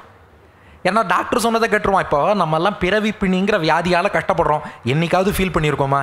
சுகர் இருக்குன்னு ஃபீல் பண்ணியிருக்கோம், ப்ரெஷர் இருக்குன்னு ஃபீல் பண்ணியிருக்கோம். ஐயோ இந்த உலகியல் வாழ்க்கையில் இப்படி இருக்கோமே, வைகுண்டம் போகணும் ஃபீலே பண்ணுறதில்லை. சரி எத்தனையோ டாக்டர்கிட்ட போகிறோம், இந்த மருத்துவன் மாமணி வண்ணன்ட்ட வரணும்னு நினைக்கிறோமா? அதுவும் இல்லை. பகவான் பார்த்தான், பரவாயில்ல இப்படிப்பட்ட பேஷண்ட்டுக்கு தான் சௌக்கியம், இங்கே வந்து வைத்தியம் பண்ணாதான் பகவானுடைய தேஜஸே கூடுகிறது. எங்கே பேஷண்ட் இருக்காளோ அந்த இடத்துக்கு டாக்டர் வந்தால் தான் டாக்டருக்கு பெருமை. அப்போ பகவான் பார்த்தான், வைகுண்டத்தில் திருப்தி இல்லை, பார்க்கடலில் திருப்தி இல்லை, பூமியில் வந்து கோவில் கொண்டாதான் திருப்தி இருக்குது. அதனால தான் எல்லா ஊர்களுக்கும் நம்ம சிங்கப்பூருக்கும் ஸ்ரீனிவாசனாக வருவது எதற்காகனா தேடி வந்து வைத்தியம். அத்தனை பேருக்கும் பகவான் வைத்தியம் பண்ணுறான். அதுவும் எப்படி, சர்ஜிக்கல் ட்ரீட்மெண்ட்டும் பெருமாள் பண்ணுவாராம். இதை எங்கள் பிராச்சாரியன் ஆசுகவி வில்லூர் சுவாமி பாடுறார். சிங்கப்பூரில் பேசுகிறோம், அப்புறம் நரசிங்கனை பற்றி சொல்லாமல் இருக்கலாமா? எங்கள் பிராச்சாரியன் வில்லூர் சுவாமி அகோபில நரசிம்மரை பற்றி மாலோல ஸ்தவம்னு ஒரு ஸ்துதி பாடினார். அதில் சொல்கிறார், நரசிம்மர் எதுக்குப்பா இரணியனை போட்டு கிழிச்சார், நகத்தால் கிழிச்சார் இல்லையா? ஏன் கிழிச்சார்னா எங்கள் பிராச்சாரியன் ஸ்லோகம் ஹிரண்யவக்ஷோன ருஷாவியதாரீத்து தயாநிதிர் வத்சல ஏஷநாதா நகைஷ்சிகித்சாம் புனராததான தோஷாங்ஸ்ததந்தர் வகத்தோ நிரஸ்யன்னு. பெருமாள் வேற ஒன்றும் இல்லையா, அவருடைய நகம் இருக்கே அது கத்தி கிடையாதான், மருத்துவர் பயன்படுத்தக்கூடிய ஸ்கால்பல் மாதிரியாம். டாக்டர் கையில் உள்ள கத்தியை போய் யாராவது தோஷமாக கத்தின்னு சொல்லுவாளா? அது டாக்டர் பயன்படுத்தக்கூடிய ஸ்கால்பல் மாதிரி தான் அந்த நரசிம்மர் கையில் இருந்த கத்தியுமா அந்த நகமுமா. எதுக்கு இப்படி கிழிச்சார்னா, ஹிரண்யகசிப்புவுக்குள்ள பாப்பம்ங்கிற கேன்சர் கட்டி ரொம்ப அதிகமாக இருக்கான், நிறைய பாப்பங்கள் பண்ணியிருக்கான். அந்த பாப்பம்ங்கிறது கேன்சர் கட்டி போல் நிறையா இருக்குது. பெருமாள் பார்த்தாராம், ஐயோ இவ்வளோ பாப்பத்தை பண்ணி வச்சுருக்கானே, இவனுக்கு ஏதாவது வைத்தியம் பண்ணணும், இந்த பாப்பத்துக்கெல்லாம் இவன் தண்டனை அனுபவிக்கணும்னா பல கோடி வருஷங்கள் எத்தனையோ நரக்கத்தில் போய் கஷ்டப்படணும். அதனால என்ன பண்ணாராம், ஆழ்துயர் செய்து அசுரை கொல்லுமாறேன்னு சொல்லி ஒரு நிமிஷம் ஒரு டீப் பெயின் கொடுத்து அந்த ஒட்டுமொத்த பல்லாயிரம் ஆண்டுகள் நரக்கத்தில் பட வேண்டிய வேதனையை அந்த ஒரு நொடியில் கொடுத்து அவன் உள்ளுக்குள்ள அவ்வளோ பாப்பங்கள்ங்கிற கேன்சர் கட்டி இருக்கு பாருங்க, அதை எடுத்துட்டார். அதை எடுக்காமல் அப்படியே வச்சா அவன் கஷ்டப்படுவான் இல்லையா? எந்த டாக்டராவது ஆப்ரேஷன் டேபிளில் போட்டு பேஷண்ட்டுக்கு வைத்தியம் பண்ணுவார்? தன் மடியில் போட்டு பேஷண்ட்டுக்கு வைத்தியம் பண்ண டாக்டரை பார்த்துருக்கேளா? ஹிரண்யவக்ஷோன ருஷாவியதாரீத்து. அந்த ஹிரண்யகசிப்புங்கிற பேஷண்ட் இவ்வளோ பாப்பம்ங்கிற அந்த கேன்சரோடு இருக்கானே, கருணையோடு நரசிம்மன் மடியில் போட்டான். தயாநிதிர் வத்சல ஏஷநாதா. இப்படிப்பட்ட கருணை உள்ள டாக்டரை உலகத்தில் பார்க்க முடியாது. நகைஹி சிகித்சாம் புனராததான, நகத்தாலேயே சிகிச்சை பண்ணி தோஷாங்ஸ்ததந்தர் வகத்தோ நிரஸ்யன், அவன் பாப்பங்கள் கேன்சரை ரிமூவ் பண்ணி கொடுத்த டாக்டர் நரசிம்மன். அதனால பகவான் நம் பாப்பங்களை எல்லாம் இந்த மாதிரி போக்கி அதுக்கு வைத்தியம் பண்ணி தானே மருந்தாகவும் இருந்து தன்னகத்தையே அதற்கு ஸ்கால்பலாகவும் ஆக்கி கத்தியாலையும் நமக்கு சர்ஜிக்கல் ட்ரீட்மெண்ட் கொடுத்து நம்மை ரட்சிக்கக்கூடிய டாக்டர் யாருன்னா பகவான். அது மட்டும் இல்லை, இந்த டாக்டர் என்ன பண்ணுவார்னா எப்போதும், இப்போ ஹனுமானுக்கு வரேன் கேட்டார் இல்லையா, ஹனுமானை ஏன் சொல்லலைன்னு இப்போ தான் சொல்லணும். ஏன் இங்கே ஹனுமானையும் அழிச்சுன்னு வந்தார் ஸ்ரீனிவாசன் அப்படின்னா அங்கே தான் விஷயம் இருக்குது. இந்த மருத்துவன்னு ஒரு வார்த்தை சொல்கிறோம் இல்லையா, ஆழ்வார் பாசுரங்களுக்கு சுவாபதேசம் உள்ளுரை பொருள்பா. அந்த உள்ளுரை பொருளில் மருத்துவன்னா ஆச்சாரியன்னு ஒரு அர்த்தம் சொல்கிறா. நம்ம குரு ஆச்சாரியன் இருக்காரே அவரும் ஒரு வகையில் டாக்டர் தான். ஏன்னா ஆச்சாரியனும் நம் பாப்பங்களை போக்கி நமக்கு அதே வைகுண்டத்தை பெற்று தருகிறார், பிறவிப்பிணியை போக்கிறார். டாக்டராக ஆச்சாரியனும் இருக்கிறார். ராமானுஜரையே டாக்டர்னு சொல்லும்படியான ஒரு ஸ்லோகம் இருக்குது தெரியுமா? டாக்டர் ராமானுஜர். ஏண்டா நீ டாக்டருங்கிறதுக்காக இருக்கிறவாளெல்லாம் டாக்டராக கிண்டே போயிட்டு இருக்கு. இந்த ஸ்லோகம் உங்களுக்கு தெரிஞ்சிருக்கும். தஸ்மை ராமானுஜாரியாய நம பரமயோகினே எஸ் ஸ்ருதி ஸ்மிருதி சூத்ராணாம் அந்தர்ஜ்வரம் அசீஷமத்து. வேதங்களுக்கெல்லாம் ஜுரம் வந்துருத்தான். என்ன ஜுரம்னா, பல பேர் வேதத்துக்கு தப்பு தப்பாக அர்த்தம் சொன்னால் அந்த தப்பர்த்தங்களாகிய ஜுரம் வேதத்தை போட்டு படுத்தின்னு இருந்தது. அப்போ ராமானுஜருங்கிற டாக்டர் அவதாரம் பண்ணி வேதத்துக்கு ஏற்பட்ட தப்பர்த்தங்களாகிய ஜுரத்தை போக்கி வேதத்தை ஹெல்தியாக சரியான அர்த்தம் கொண்டதாக ஆக்கினார் அப்படின்னு ராமானுஜரை பற்றி ஸ்லோகம் இருக்குது. அந்த டாக்டர் ராமானுஜரை கொடுத்தவர் யாருன்னா டாக்டர் பெருமாள். ஒரு டாக்டர் தான் இன்னொரு டாக்டரை உருவாக்க முடியும். அதுபோல் நம்முடைய ஒரு ஆச்சாரியனுமே ஒரு டாக்டர். அந்த டாக்டரை உருவாக்கின டாக்டர் யாருன்னா பகவான். இந்த மாமணிவண்ணன் மருத்துவன் நம் ஆச்சாரியனை நமக்கு மருத்துவனாக அனுப்பி வைக்கிறான். அந்த ஆச்சாரியன் தான் நம் பிறவிப்பிணிக்கு வைத்தியம் பார்க்குறாராம். எப்படின்னா, மனநோய்க்கு என்ன உதாரணம் சொன்னோம்? ஆஞ்சநேயர் சீதைக்கு ராமாயணம் பாடினதை சொன்னோம் இல்லையா? அதில் ஒரு உள்ளுரை பொருள் இருக்குன்னு சங்கல்ப சூரியோதயத்தில் சுவாமி வேதாந்த தேசிகன் பாடியிருக்கார். அது என்ன உள்ளுரை பொருள் அப்படின்னா, இது பாருங்க, ரொம்ப அற்புதமான ஸ்லோகம். தர்ப்போதக்ர தசேந்திரியான மனோ நக்தஞ்சராதிஷ்டிதே தேகேஸ்மின் பவசிந்துனா பரிவிருத்தே தீனாம் தசாம் அஸ்திதா அத்யத்வே ஹனுமத் சமேன குருணா பிரக்யாபிதார்த்தப் புமான் லங்காருத்த விதேகராஜதனையா நியாயேன லாலப்பியதே. அதாவது ராமன் பரமாத்மா, சீதாதேவி கருணையோடு ஜீவாத்மாவின் ரோலை எடுத்துக்கிறார். சீத்தை எங்கே சிறை இருந்தா? இலங்கை, கடல் சூழ்ந்த இலங்கை. அதுதான் பிறவி பெருங்கடல். கடல் சூழ்ந்த இலங்கை தான் இந்த உலகியல் வாழ்க்கை பிறவி பெருங்கடலாம். அதில் அசோகவனம் அதுதான் நம்ம உடம்பான். ஜீவாத்மாங்கிற சீத்தை பிறவி பெருங்கடல்ங்கிற ஸ்ரீலங்காவில் அசோகவனம்ங்கிற உடம்புக்குள்ளே சிறை இருக்கான். இதை சிறை வச்சது யாரு? ராவணன், 10 தலை ராவணன். அதுதான் நம்ம மனசு. மனசுக்கும் 10 தலை, 5 ஞானேந்திரியம், 5 கர்மேந்திரியம், 5 சென்சார்கன், 5 மோட்டார் ஆர்கன், 10 தலை. அத்தோடு கூடிய மனசு தான் ராவணன். இதை சத்வகுணம், ரஜோகுணம், தமோகுணம் 3 குணங்கள் பாதிக்கும். சத்வகுணம் சாந்தம், அதான் விபீஷணன். 2 ரஜோகுணம் ஆசை கோபம், அதான் சூர்பனகை. தமோகுணம் தூக்கம், கும்பகர்ணன். இந்த ராவணன்கிற மனசு சத்துவகுணமாகிய விபீஷணனை விரட்டி விட்டுட்டு ரஜோகுணம்ங்கிற சூர்பனகை தமோகுணம்ங்கிற கும்பகர்ணனை பக்கத்தில் வச்சுட்டு இருக்கு. அதனால ஜீவாத்மாவாகிய சீதையை போட்டு துன்புறுத்துறது. இப்போது ஜீவாத்மாவை காப்பாற்ற யார் வரணும்? பெருமாள். சீதையை காப்பாற்ற ராமனா வந்தார்? ஆஞ்சநேயரை தான் அனுப்பினார். அதுபோலத்தான் ஜீவாத்மாவை காக்க பெருமாள் நேராக வரமாட்டார், ஆச்சாரியனைத்தான் அனுப்பி வைப்பார். ஹனுமான் கடல் தாண்டி வந்தது போல ஆச்சாரியன் பிறவி பெருங்கடலில் வந்து அவதாரம் பண்ணுறார். ஹனுமான் சீதையை கண்டுபிடிச்ச மாதிரி ஆச்சாரியன் நல்ல சிஷ்யனை கண்டுபிடிக்கிறார். ஹனுமான் சீதைக்கு ராமாயணம் பாடினது போல ஆச்சாரியன் பகவானுடைய பெருமைகளை நமக்கு எடுத்து சொல்கிறார். ஹனுமான் சீதைக்கு முத்திரை மோதிரம் கொடுத்தது போல ஆச்சாரியன் நம் தோள்களில் சங்கச்சக்கர முத்திரையை பொறிக்கிறார். ஹனுமான் இலங்கையை எரித்தது போல ஆச்சாரியன் நம் பாபங்களை எரிக்கிறார். ஹனுமான் சீதையை ராமனோடு சேர்த்து வச்சது போல ஆச்சாரியன் தான் வந்து நம்மை பெருமாளோடு சேர்த்து வைக்கிறார். அதனால தான் ஸ்ரீனிவாசனை இவ்வளோ நேரம் தியானம் பண்ணிட்டு போகிற நாமோ போகும்போது இங்கே ஆச்சாரியனாக ஹனுமான் இருக்காருங்கிறத மறந்துடாம அந்த ஆச்சாரியன் தான் நம்மை ரட்சிப்பார், அவர்தான் மருத்துவன் என்பதை உணர்ந்து கொண்டு நாம திரும்ப வீட்டுக்கு செல்ல வேண்டும். அதுக்காகத்தான் இங்கே வச்சிருக்கார் ஹனுமான. அதனால ஆச்சாரிய ஸ்தானத்தில் அத்தியத்வே ஹனுமத் சமேன குருனா பிரக்யாபிதார்த்த புமான்னு சங்கல்ப சூரியோதயத்தில் தேசிகனுடைய ஸ்லோகம். ஆக இவ்வளோ தூரம் சிங்கப்பூர் ஸ்ரீனிவாசன் நமக்காக வந்து அத்தனை ஏற்பாடு பண்ணி நான் தாண்டா டாக்டர்னு காட்டின்னு இருக்காரு இல்லையா. உபன்யாசம் பூர்த்தி பண்ணுற தருணம் வந்துடுத்து. அடியனுக்கு என்ன பண்ணுறதுன்னா எங்கே ப்ரொஃபைல் போனாலும் இவர் கவிதை எழுதுவார், அதை எழுதுவார், இதை எழுதுவார்னு சொல்லிடுறா. நம்ம ஸ்ரீனிவாசனுக்கு ஒரு பாமாலை சமர்ப்பிக்கணும்னு அடியனுக்கு ஆசை. அதனால் ஒரு 10 பாடல்கள் அரிசீர் கடிநெடிலடி ஆசிரிய விருத்தம் திருமாலை பாடினார் இல்லையா தொண்டரடி பொடியாழ்வார். அந்த திருமாலை மீட்டர்லேயே ஒரு 10 பாட்டு சிங்கப்பூர் சீனிவாசன் பாமாலைன்னு அடியன் எழுதின்னு வந்திருக்கேன். ஒரு 2 நிமிஷம் அதுக்கு அர்த்தம் சொல்லிவிட்டு டேக் ஹோம் மெசேஜை சொல்லி பூர்த்தி பண்ணிவிடுவோம். ஏன்னா நமக்கு இவர் தான் இப்போ பிறவி நோய்க்கும் அவர் தான் டாக்டர்னு புரிஞ்சுடுத்து. இப்போ அந்த டாக்டருக்காக முதல் பாடல். பெருமாளுடைய திவ்ய தேசங்களில் மிருகங்கள் பறவைகளோட பேர் நிறையா இருக்குது. அதுதான் முதல் பாட்டே. ஆனையூர், புலியூர், ஏரூர், ஆதனூர், பூதப்புள்ளூர், கானமர், கோழி, வண்டூர், காண்தகு, கவியூர், நாதன், வானிலே மேகம் சூழ்ந்த சிங்கப்பூர் மண்ணில் மேவி வானுடன் மண்ணும் காத்து வளங்களை பொழிகின்றானே.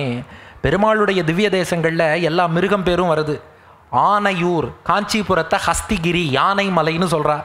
புலியூர் சிறு புலியூருங்கிற திவ்ய தேசம், அங்கே புலி வந்துருத்து. ஏரூர் திரு நந்திபுர விண்ணகரத்தில் நந்தி காளை வந்துருத்து. ஆதனூருங்கிற திவ்ய தேசத்தில் பசு வந்துருத்து. பூதப்புள்ளூர் புல் ஜட்டாயு கழுகு வந்துருத்து. அப்புறம் கானமர் கோழி உறையூர்னு திருச்சியில் இருக்குது பாருங்க, அதுக்கு கோழின்னு பேர். அப்புறம் கேரளாவில் திருவன் வண்டூர் வண்டு வந்துருத்து.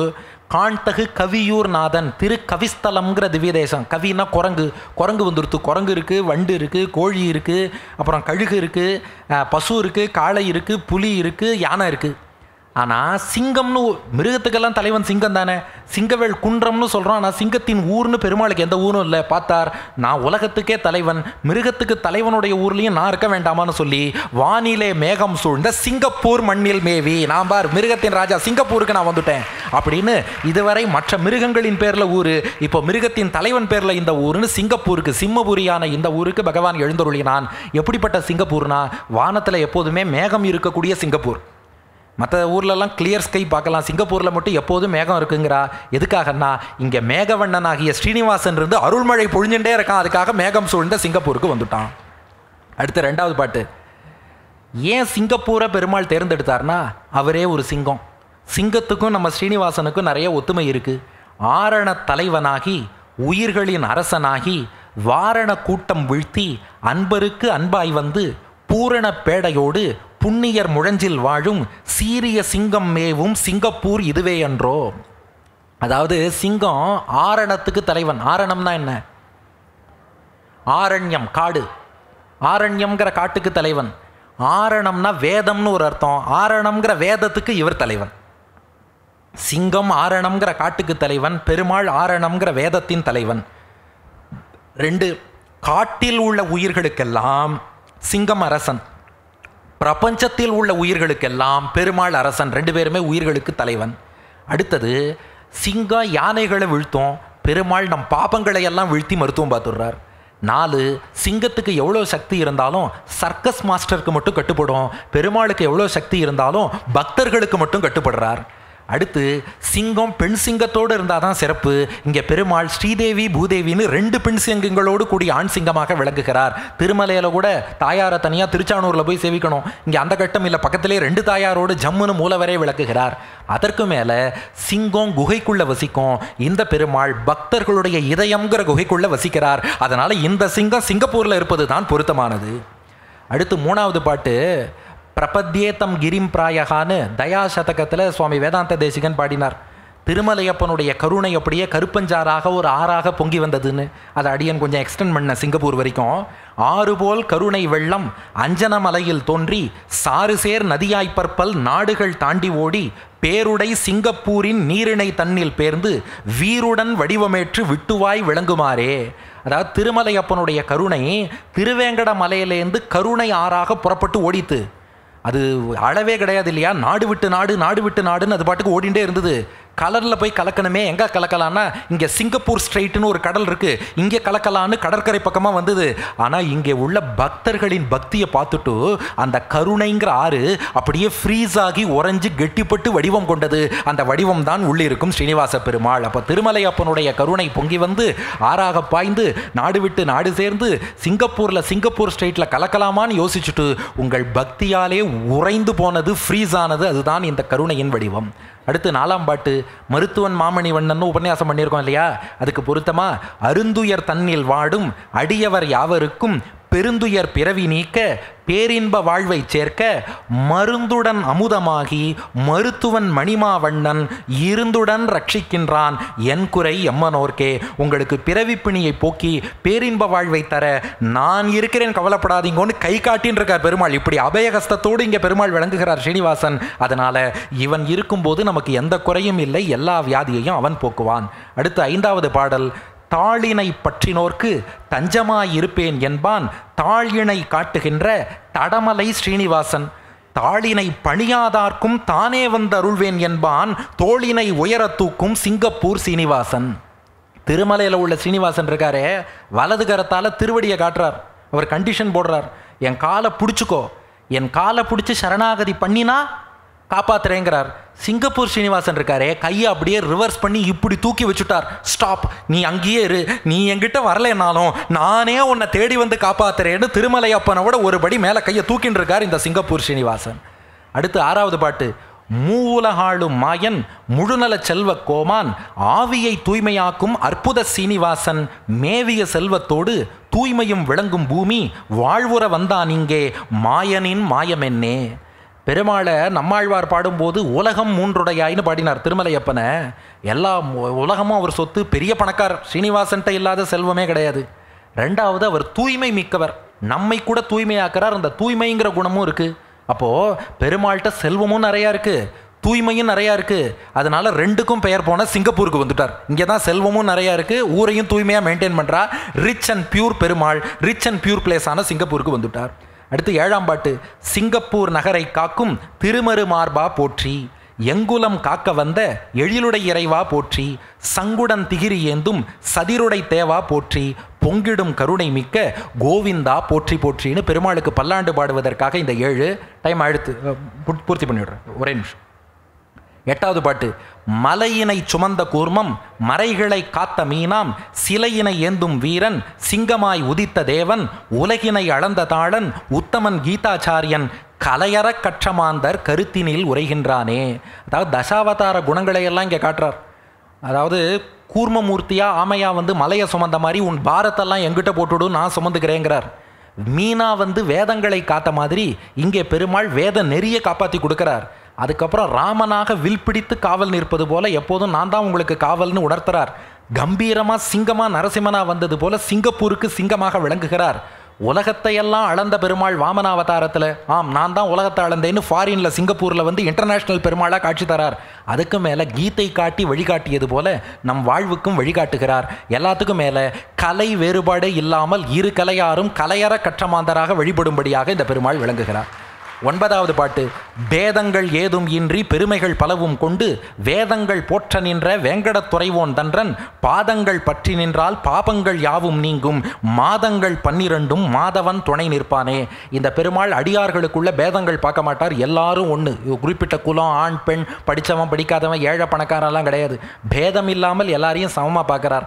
வேதங்களில் சொல்லப்பட்ட பெருமை கொண்ட பெருமாள் இவர் பாதங்களை நாம் பணிந்தோம் என்றால் மாதங்கள் 12 அவர் நமக்கு துணை இருப்பார். பேதங்கள் இல்லாத பெருமாள், வேதங்கள் போற்றும் பெருமாள் பாதங்களை பணிந்தால் மாதங்கள் 12 மாதவன் துணை நிற்பான். ஃபைனல் பாட்டு 10வது பாட்டு அப்படியே பெருமாளை தியானிச்சுக்கோங்க.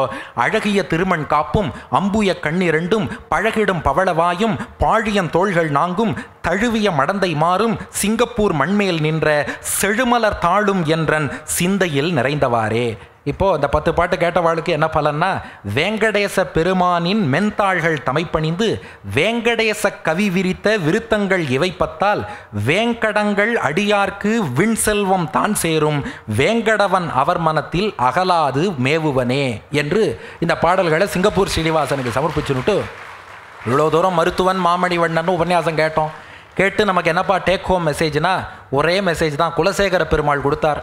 வாளால் அறுத்து சுடினும் மருத்துவன் பால் மாளாத காதல் நோயாளன் போல் மாயத்தால் மீளா துயர்த்தரிடும் வித்துவோக்கோட்டம்மா நீயாளா உனதருளே பார்ப்பன் அடியேனேன்னார். அதாவது ஒரு டாக்டர் பேஷண்ட்டுக்கு அறுவை சிகிச்சை பண்ணுறார், காட்டரிசேஷன் சூடு வைக்கிறார்னா வெட்டும்போது வலிக்கலாம், அனஸ்தீசியா கொடுத்தாலும் அப்புறம் வலிக்கும், சூடு வைக்கும்போது சுடும். ஆனால் அந்த வலியை நாம் பொறுத்து கொள்கிறோம். எதற்காகன்னா அந்த டாக்டர் நம்ம நன்மைக்காகத்தான் செய்யறாருங்கிறத புரிஞ்சுட்டு பொறுத்துக்கிறோம் இல்லையா? அது போலத்தான் பிறவி பிணிக்கு வைத்தியம் பார்க்கக்கூடிய பகவானோ அவ்வப்போது ஏதாவது 1-2 கஷ்டம் நமக்கு கொடுத்தாலும் அது டாக்டர் பண்ணுற சர்ஜரி மாதிரி தான், நம்முடைய ஆரோக்கியத்துக்காகத்தான். அதனால நிச்சயமாக அவன் நமக்கு கஷ்டம் தந்தாலும் அதுவும் நம்மை பக்குவப்படுத்தத்தான் செய்யறாங்கிறத புரிஞ்சுட்டு அவன் தான் மருத்துவன், அவன் தான் மருந்து, அந்த நம்பிக்கையை மட்டும் விட்டுடக்கூடாது. எப்போ டாக்டரை நம்பாமல் கூகுளை நம்ப ஆரம்பிக்கிறோமோ ஹெல்த் போச்சுன்னு அர்த்தம். பகவானை நம்பாமல் வேறு இடத்துக்கு நாம் போனோம்னா அவ்வளவுதான், ஆன்மீக ஹெல்த்தே காலின்னு அர்த்தம். ஆகையினால டாக்டர் எவ்வளவுதான் நம்ம வலிக்கும்படியாக வைத்தியம் பண்ணாலும், எண்டாஸ்கோபி போட்டால் வலிக்கும், ஆனாலும் பண்ணிக்கிறோம் ஆரோக்கியத்துக்காக. அதுபோல பகவான் நம்மளை க்ஷேமமாக வச்சுப்பான், குறையில்லை. ஒருவேளை அவன் கஷ்டம் கொடுக்க மாட்டான், கொடுத்தாலும் நம்ம நன்மைக்காக வைத்தியத்துக்கு தாங்கிறத புரிஞ்சுட்டு அவன் திருவடிகளையே பணிவோம்னு சொல்லி ஸ்ரீகாந்தாய கல்யாண நிதியர்த்தினாம் சிம்ஹபுரி நிவாசாய ஸ்ரீனிவாசாய மங்களம். இந்த வாய்ப்பளித்தமைக்காக ஹிந்து என்டோமெண்ட்ஸ் போர்டு, திருக்கோவில் நிர்வாகத்தினர், இவ்வளவு தூரம் ரசித்து என்ஜாய் பண்ணி கேட்ட மக்களான உங்கள் அத்தனை பேருக்கும் அடியனுடைய நன்றியை தெரிவித்துக் கொண்டு இத்தோடு பூர்த்தி பண்ணுறேன். Thank you, Dr. Venkatesh, for the divine and insightful discourse. We are all blessed to have been part of this Upanyasam. மருத்துவன் மாமணி வண்ணனின் மகத்துவத்தை மிக அழகாக நமக்கு எடுத்துரைத்த டாக்டர் வெங்கடேஷ் அவர்களுக்கு ஒரு பலத்த கரகோஷத்தோடு நமது நன்றிகளை தெரிவித்துக் கொள்ளலாம்.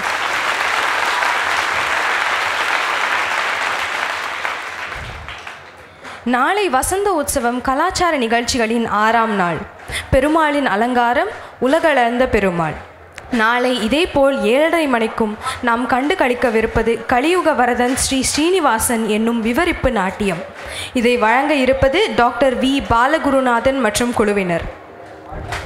Tomorrow will be the 6th day of Vasanta Utsavam culturals and the special alankaram for Perumal will be Ulagalanda Perumal. The performance will be Kaliyuga Varadan Sri Srinivasan. This will be presented by Dr. V. Balagurunathan and group at 7:30 p.m.